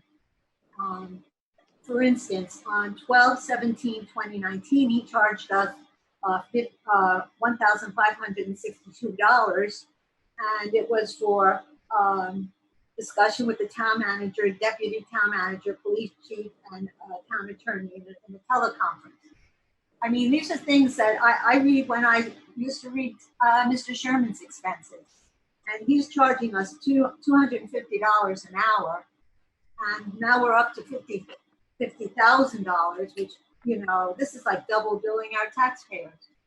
And I don't see the necessity for renewing his lease, nor do I think that our town attorney, whoever we choose, whatever, can take on this job. Thank you. Thank you. Anybody else? Yes. Kathleen Kennedy? Kathleen, please state your name and address for the record, and you need to unmute yourself. Thank you. No comment. Okay. Okay. Okay. Okay. So it's, Anybody so- else? No more public comment, Mayor. Okay, so is it the pleasure of the council to to have Frank and Maria go back and renegotiate the amount and the bills? Is yes. that yes? Sure. Yes, Yes, but we yes, still yes. have to approve, but we still have to approve or decline to do this part, I think, in order to submit what we can for reimbursement. So then let's do this. Let's submit the amount that we can get reimbursed, and then try to negotiate down the part that we have to pay. How's that? So we Is approve that- up to the 50,812 Correct. up to. Correct. Mhm. Is that okay? And also, and by the way, I don't want to pretend and say that I agree with all the charges, but I just want to put out here, we don't know the circumstances of what was asked by Mr. Andrews. What if JC or whoever instructed him, if someone from the town instructed him, said, I want you to watch the meeting, and they know perfectly well what the billable rate is, so we don't know the circumstances. That'll be their We're gonna discussion, find out. Jordan. That's their Yeah. discussion. Yeah. Stephanie, Follow it. Stephanie, Yes, Isaac. Where are you, Isaac? I'm home now. Okay. Okay. I don't know where the hell Josh is, but I'm home. I have a client. He's waiting to outside the meet home. me. You're I have to go in a moment because I have a client who's been waiting to meet me and I'm running late.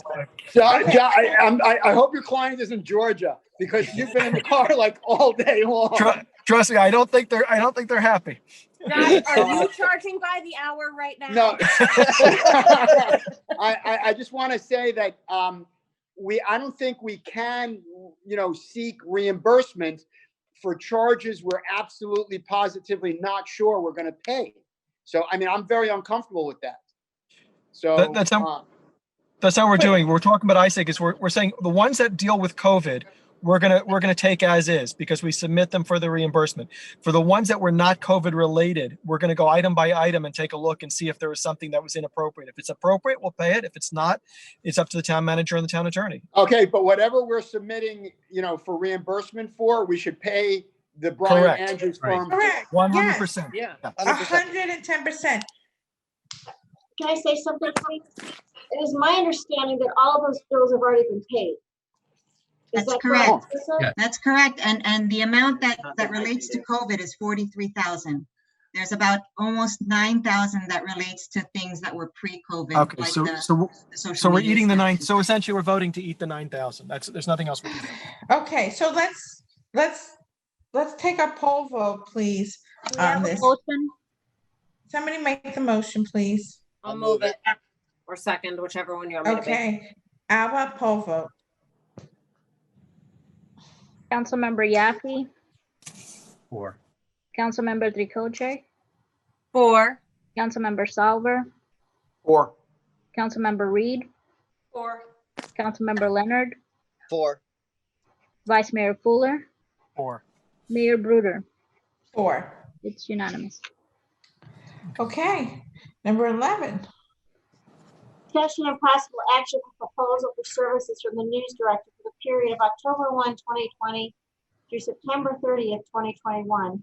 I'd like to just mention that Brian Andrews gave this to me after the shooting and after working with us. We used him during the shooting and he was very helpful. But I would like to recommend that I don't foresee needing to use him again, God forbid, unless there's another something extraordinary. So I just can approve it, but just for services rendered as of today. Because there is a $4,000 bill that came in that we need to pay for all of this time that he put in for the shooting.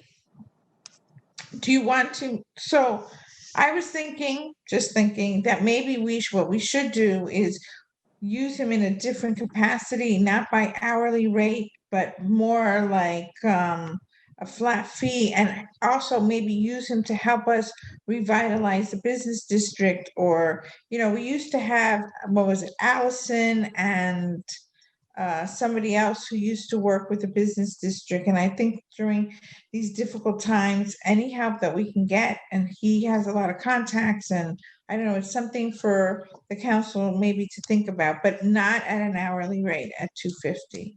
Mayor, excuse me. I apologize. I do have to go. I can't right. leave the client later. Bye. Thank you. Bye. Bye. So what is the pleasure of the council, please? Well, I think that, right now you just have a $4,000 bill outstanding, and that's within the limit of your authority to pay for those services, as I understand it. And I don't know that we need to approve a new proposal for services this evening. So long as we keep it at that level, we should be fine. I can't hear you, Maria. What? So long as we don't exceed that, I'm not going to let it go past 10,000, and hopefully we just stop at the 4,000, and then I won't need your approval. I just wanted to bring this to your attention. That's how this whole thing came about. Right. Well, what I'm saying is, if you want to have discussions with Brian about some other arrangement on an ad hoc basis in the future, as has been suggested, then you can talk about that, of course, and come back to us if there's some other arrangement. Okay. Which you think is I'll more discuss beneficial to the something town. for January. Okay, perfect. Okay, moving on. Number 12. Jordan, this is your discussion. Yeah. This is just you can read it. Yeah. Discussion of possible action requested by Council Member Leonard as to 1, Surfside informing the town that is no longer taking the lead on the Surfside Bay Harbor Island Shuttle project. And 2, Surfside requests that Bay Harbor Islands take the lead on the shuttle project, including the issuance and advertisement of a request for proposals for shuttle service providers. Yeah, this is real simple. Like I said previously, we're taking over the operation as far as putting out the RFP. and taking over the operation of managing the grant. I can tell you that within the last time we spoke, everything seems to be working fine as far as us moving forward. I did have a conversation with the mayor of North Miami because they're going to actually have to, at some point, to pass a resolution because a good portion of the transportation services are going to fall crossing over into the city of North Miami, even though they're not contributing. The system's going to go into North Miami more than currently, and they're in favor of it. I mean, I think this is going to be the model for Dade County and possibly other communities as well. So the sooner that we can get this done and put the RFP out, the sooner we can get our money and start doing this. So I strongly support it. Okay, Yep, I'll move it too. okay. There's nothing really. Okay, Kelly, Do you want to vote on it? do we need to vote on it?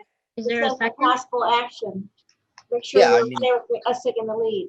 Okay. Yeah. Does anybody have a problem with us taking the lead? No. No. Okay, there's the direction. Kelly, Thank you. you're on. Number 13? Yes, please. Discussion requested, did- shall we read it? I'm sorry. Discussion request by Councilmember Reed regarding how we can assist the town's business district during COVID-19 pandemic. All right, well, over time, we have all made suggestions and we've all worked together to try to better the business district. We've had the various conversations ad nauseum, but I'm bringing this to you today because I was contacted by a landlord who was asking us to do some brainstorming. And the article that's attached just happens to mention this pop-up situation on Lincoln Road. And I'm not suggesting that that's really applicable or an answer, but it's just an example of something that is going on, in other cities right now. But the specific question from the landlord was, hey, we've lost a lot of tenants and we would like you to relax your rules and allow professional offices on the first floor again. And I said, well, I don't see that happening. I'm personally not really in favor of it. We're trying to move away from that. We have grandfathered places in, but let me bring it to my colleagues and see what we can come up with. So what I'm suggesting as a first step, and I talked to the manager a little bit about it, is I think that we should send a 2-page correspondence to both landlords and tenants, that it should be a cover letter that explains what we're going to do by sending a survey. And the second page will be a very brief survey. And we can include in our letter also some resources that the county has. If you look on the Miami-Dade website right now under COVID assistance, they have assistance for residents and they have assistance for businesses. Unfortunately, a lot of it is for businesses over 25 employees. So I want to make sure that we give some suggestions for resources, maybe even post it on the website, but more critically, that a survey that asks both landlords and tenants, how can we help you? Maybe it'll say, have you been affected by the COVID crisis? Is there anything the town can do? And then just take all these suggestions, give them maybe, 3 or 4 weeks to put it together. Then we'll get what they need, because I don't think we should be just, deciding what's needed for them. We need to get the feedback, which is the critical part. So, and I think we can all work together on it. We've all put forward things together. And then before we close on this item, I also want to share with you some feedback from the Smart Park area at 1035 to 55 Ken Concourse that we approved, because there have been some issues there. But anyway, that's my suggestion, to start with a survey and some resources, and then come back, at the next possible time and, help them out. Elizabeth? So I want to say thank you for bringing this item up. I think it's really well timed, and I just have a couple of things. So I love the idea of a survey. I think that's great. I wanted to ask, we had a business district like group, right? And there didn't have a lot of participants. I know Jackie Abraham was part of them. Maybe it's time that we start to virtually bring those people back together and have them specifically brainstorm as well and kind of be advocates for the business district. But I had a couple of ideas just to throw out there, because I know at the last meeting, Kelly, you had said, hey, listen, brainstorm and come with some ideas. So I was actually speaking with some town members, and, I had an idea to maybe do a calendar and provide free advertising or low-cost advertising to businesses that are in the business district and people who have businesses within the town. As an option, put all of the holidays in it, to encourage people to keep it up. But it's something that we can do to help promote. I was also, and kudos to the PTA on this, was something I was thinking of, is hosting like virtual, almost meet and greets, but like cooking sessions. Like if Olima wanted to, do a virtual cooking session or something like that, the town could co-host that with Olima, or, something like that, where we can help promote the business district in a way that, has people participate in the safest way possible. So those were just some ideas. Well, first of all, anybody else? Yeah, just Yes, Bob. without going through the whole history, but many years ago, we did have an active, what they called themselves a Business Development Association. I think they used to meet every week, every 2 weeks, and I attended most of their meetings, and we had economic development specialist and the PR person that the town paid to work with that development association. And they were very active for a period of time. They held a number of events and did charity work and so forth. But it fizzled out after a while, and there have been some attempts from time to time since then by the business community itself to organize themselves and come back to the town council, to the administration with specific requests. I mean, I'm not talking about specifically about Kelly's item, very well, timed, and I do appreciate whatever we can do to assist the business community at this point. But there's been, I don't know, just on and off enthusiasm, I guess, on the part of the business district to organize themselves and to hold events. And years ago they would have like Halloween events and events around Christmas time, but that just they haven't continued with that. I'd like to see them do it again. I'd like to see them become more active. Okay. Yeah, can I say something? Yes. I think, a previous item that I discussed in regards to a grant from the U.S. Department of Commerce, we're supposed to be working on that, and that is directly only for the business district. So we are actively looking towards funding to help the business district, and that grant will provide necessary research to help specifically landlords in regards to what types of businesses would work in our business district. I have to say that I know that there's some landlords that have open spaces, but I don't recall many spaces that are open due to COVID. I mean, most of the spaces that I see that are vacant were vacant last year prior to COVID, and they're still vacant. Maybe they're still vacant because of COVID, but they were vacant prior to COVID. So, I don't know how many people have left open spaces because of COVID. I'd be interested to know those facts. If we're going to propose things or ask for stuff from the business district, I'd like to get kind of an idea, some numbers, how many businesses have actually left properties. Before we start talking policy, we should actually figure out, well, what if there's a lot of businesses that left, but they weren't on the ground floor? What if they were the higher floors? So I'd like to know some more information. Maybe the clerk's office has information from the BTRs, maybe we can find that out too. That would be really important. I recommended previously rebating a portion of the BTR taxes. I'm still in favor of that. I think handing people some money back may not be such a bad idea, especially the smallest business owners who are home-based businesses. Let's not forget those people too. We have a lot of home-based businesses that are really hurting because those people are the smallest business owners, because in many cases it's just them. So I'd like to keep them in the loop too, by the way. So I've worked with the business district. Kelly has worked with the business district. and the Me too. different, yes, I know, the different times and different groups. I'm not a big proponent of having doctor's offices and real estate offices on the ground floor. We've worked very hard to not have that. However, again, I think that if we can find it in the budget, I think, listen, we are a destination location, right? It's not like you have to be wanting to come to Bay Harbor for a reason. It's not like Collins Avenue that you know, it's not a pass through.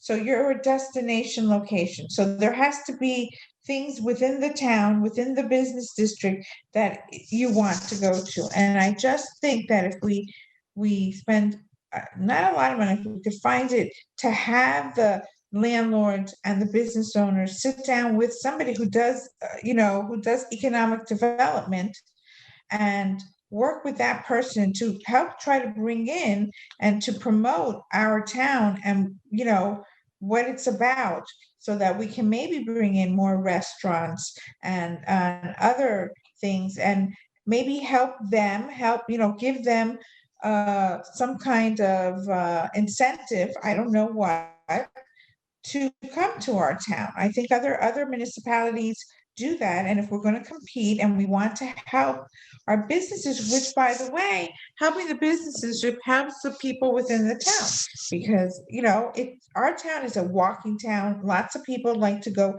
you know, walk to the different locations, and that's where I'm at. So anyway, that's my story. Isaac, are you still here? I am. Okay, because I only have the 9 Brady Bunch boxes. And Yeah, I'm here. What's up, Kelly? Isaac, do you remember before I was on the council, I attended that speech? Yes. Seminar, right, on Buxton, and, you know, the company that the League of Cities had promoted at the time. That was probably about 10 years ago. So that's something. But I also wanted to recognize, since Josh isn't here, you know, Josh put together the improv dinner and an improv to help the business district too. That was a really good event. Obviously, we're not meeting right now and everything, but you know, since we're all getting our 2 cents in, I want to make sure that he was recognized for that. Right. Okay. So what is the pleasure of the council? Do we want to do a survey? Yes. Yes. Everybody? Is everybody in favor of a survey? I to be honest, I'm not against a survey, but I also want to get the information from okay, you know, those are two some separate data. things. Okay. Yeah. So let's go down the list. We want a survey. We want the data that we need. Is anybody maybe interested in spending a little money for the business district and getting somebody to work with them or promote? That's where the business grant comes district? in. I'd rather say let's find out an update about the grant, because if we get that grant, you know, that will cover, you know, that will cover a lot of research. And again, that research is supposed to help property owners, the landlords, figure out what are the best businesses that are going to be within the business district. I mean, that's really the most bang for your buck. I mean, that's really what people want to know. What types of businesses should they be recruiting for their tenants? And if we can get that paid for by the federal government, that would be great. Right. And right now, we don't have anything in our budget for this type of thing. Is that correct? Right. That's Right. correct. So I think anything that we approve now should be, you know, very, very, very low cost. You know, I don't really support anything that would cause us to spend monies that we never budgeted for. And we have no idea how horrific next year's revenues are going to be. But it doesn't, you know, from everything that I've heard, it doesn't sound good, considering the economy was essentially closed for, you know, 2 months out of 12 months. So. Okay. Alba, public comment? Yes. Ms. Newhart? Francis Newhart, 1060 Kane Concourse. We're really a very small town, and not to be compared to Miami Beach Lincoln Road, and should include assistance for town business district, gateway hotel district, and residential district. if we're in need and during the COVID pandemic. I would like to continue with what I was saying about after an entire year, why has council still not discussed or chosen our town attorney, a new town attorney, instead of leaving us with appearance of possibly going bankrupt? Miss Newhut, you're off. Miss Newhut, you're off topic. We're discussing the business district. Please Okay, stay. I am discussing the business district, and you are leaving us. The commercial district is starting to look like a slum, with allegedly allowing preferential treatment, with businesses allowed cardboard boxes on their showroom door windows, developers with abandoned projects and allowing garbage and seawalls and dock stores today, allowing Bay Harbor Island public land, that's the Northwest Town Gateway, which is in the business district, to continue as an eyesore with a pothole driveway and a seawall and dock pulling into the bay. And also, you mentioned business tax receipts. Well, they're being issued without approval by council of non-conforming usages. We just had one, a tax-exempt religious school on the ground floor of the business district without a variance and without requiring parking. My solution to this is instead of going bankrupt, we should demand Church by the Sea to pay voluntary real estate taxes, and on 1177 King Concourse, not having to pull a building permit within the code allotted time frame, and instead allege favoritism by council approving and giving them a 10-year extension has really put a damper on our business district. What you're talking about is nothing. I own properties. I'm a landlord to many of these tenants. And what you are doing to us with this church and not charging them and cutting us off. Thank you very much. Well, I'm telling you, Thank you, Ms. Newhut. if you want to help the business district, you have to make that church with putting taxes, because Thank you, Ms. Newhut. Thank you. Your time is up. Thank you so much. I just want to say one thing before anything else. Just remember that a lot of the businesses have closed because they're opening home offices. So some of these businesses have closed because they're due to COVID, they're now doing home offices. Is there anybody else who has? Oh, sorry, Kelly, I didn't see your hand. So I think we're all on the same page. What I'm hearing is we want to gather data from a survey from the businesses, subjective. We're going to get some opinions. We want to get some hard data from the town, like Jordan mentioned. We have a grant pending. And then, like to Isaac's point, we're not talking about spending any money. We're really just talking about how we can help. And, I wish that the business group, the association, whatever they are called at the time, could get together. But I don't think we should hold our breath for that, because it's small and they don't seem to want to step away from the business to get involved in this. So I think with what we're looking at, we can come up with something. But I want to share with you a complaint that I got a little over a week ago about that area that we approved for the Smart Park charges, 1035 to 1055. And basically what happened, that is behind the Madison Tyler Salon, which is a business that is currently struggling directly because of COVID. It is a beauty salon that has a large clientele of older people who are in the high-risk COVID group, so they didn't want to go to the salons. They were also at the same time that we approved this, so maybe they stepped away for a couple of months, and then they had those spots behind there. So the they were starting to get the tickets. So we told Smart Park that we did not want them to tow and to boot the cars right away. We were going to revisit that, remember? It's like a trial period, but we do have a 1-year contract for this. So it seems like the tenant and the landlord, or the landlord rather, had asked for it, but there was a lack of communication between them. So a lot of clients were getting $45 parking tickets. So my question is, and then one of them actually was parked in a handicap space, but if you park in a handicap space, you still do have to pay any fees, I believe. So I had asked the manager to find out, so what do you do? When you get a parking ticket in the town of Surfside, it goes to the county, they pay a fee, the same here. But what happens when you get a strictly private parking ticket? Are the teeth still there to enforce it? And I mean, they do have the little signs out there, but it seems like, it's rampant and it's new for us. So maybe something was learned. I do ask our attorney to check into this for us to see if there's any remedies. Yeah, so I can tell you that under Florida statutes 338, I believe 333 or 338, I looked into it very briefly. We have not approved, this is a private ticket on private land, and it most likely is not enforceable in any way, shape, or form. For it to be enforceable, it'd have to be a citation, and that citation would have to be through our approval or the county's approval, one way or the other. And so I don't know what it has on the tickets. I need to see what it has on the tickets and what signage it has too, to see if there's some kind of contractual duty and that they can, enforce their contract rights and or send it to a collection agency. But I can tell you with absolute certainty that it is not a citation.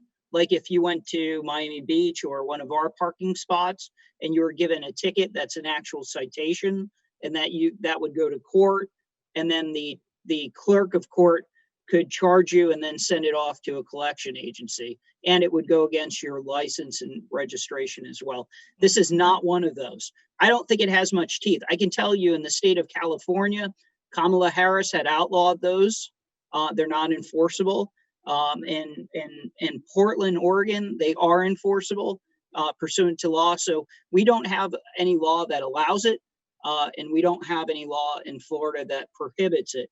But it is not enforceable the way a regular ticket is. And I'd have to look a little bit more, but I think it's not enforceable, period.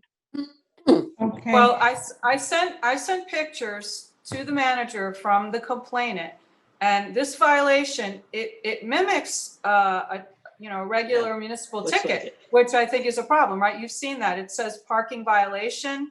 It says professional parking management violation amount. The plate is on there. It's printed out just like a ticket. So then my second question is, when we approved this in September at a special meeting, I was under the impression that we were approving something that would be legal. So, I think the whole item should be revisited, actually, if that's the case. Okay. All right.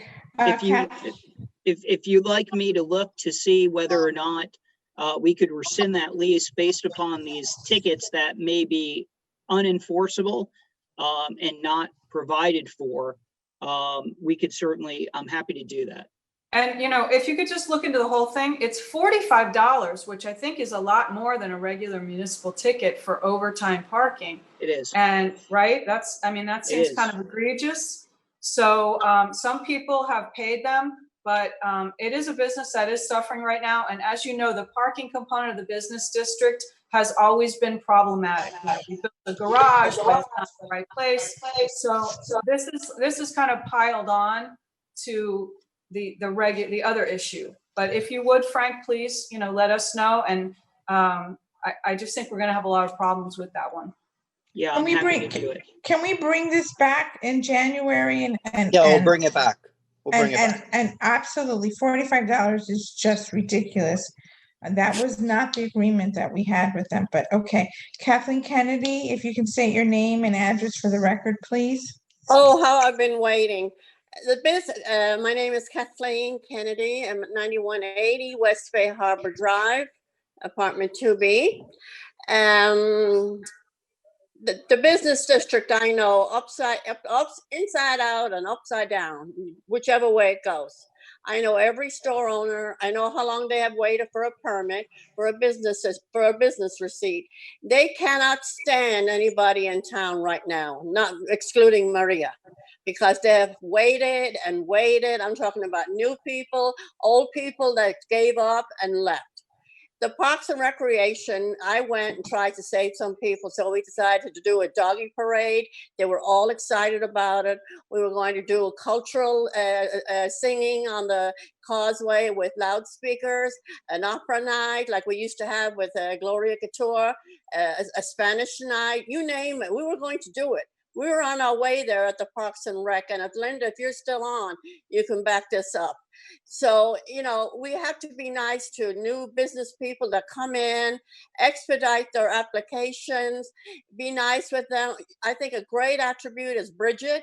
She was very, very good on that business district, in and out of there with her personality. I'd like to see her come back and really, really, you know, work that business district. She has that personality, but, you know, right now there's no love lost between the business district and City Hall, excluding Maria, and I haven't been back yet, so to tell her how wonderful she's doing. And let's just try and everybody work together. I'm definitely not against offices on the lower floor.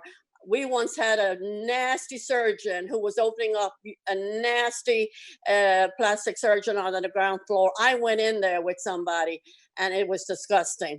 So let's keep the doctors upstairs on the second and third and fourth and into the sky where they belong. Let's have retail. Let's get that. Let's get these hotels. By the way, I suggest you get involved with the Airbnbs. Start having the cops go in there, get their driver's license, whatever you have to do to find out who is doing all the damage in our town. Please, I mean, I love this town. I don't know what the law says, but I can tell you on a block from my house, I see the most incredible people I've never seen in my life, hanging out at the 92nd Street Park, right there on that corner.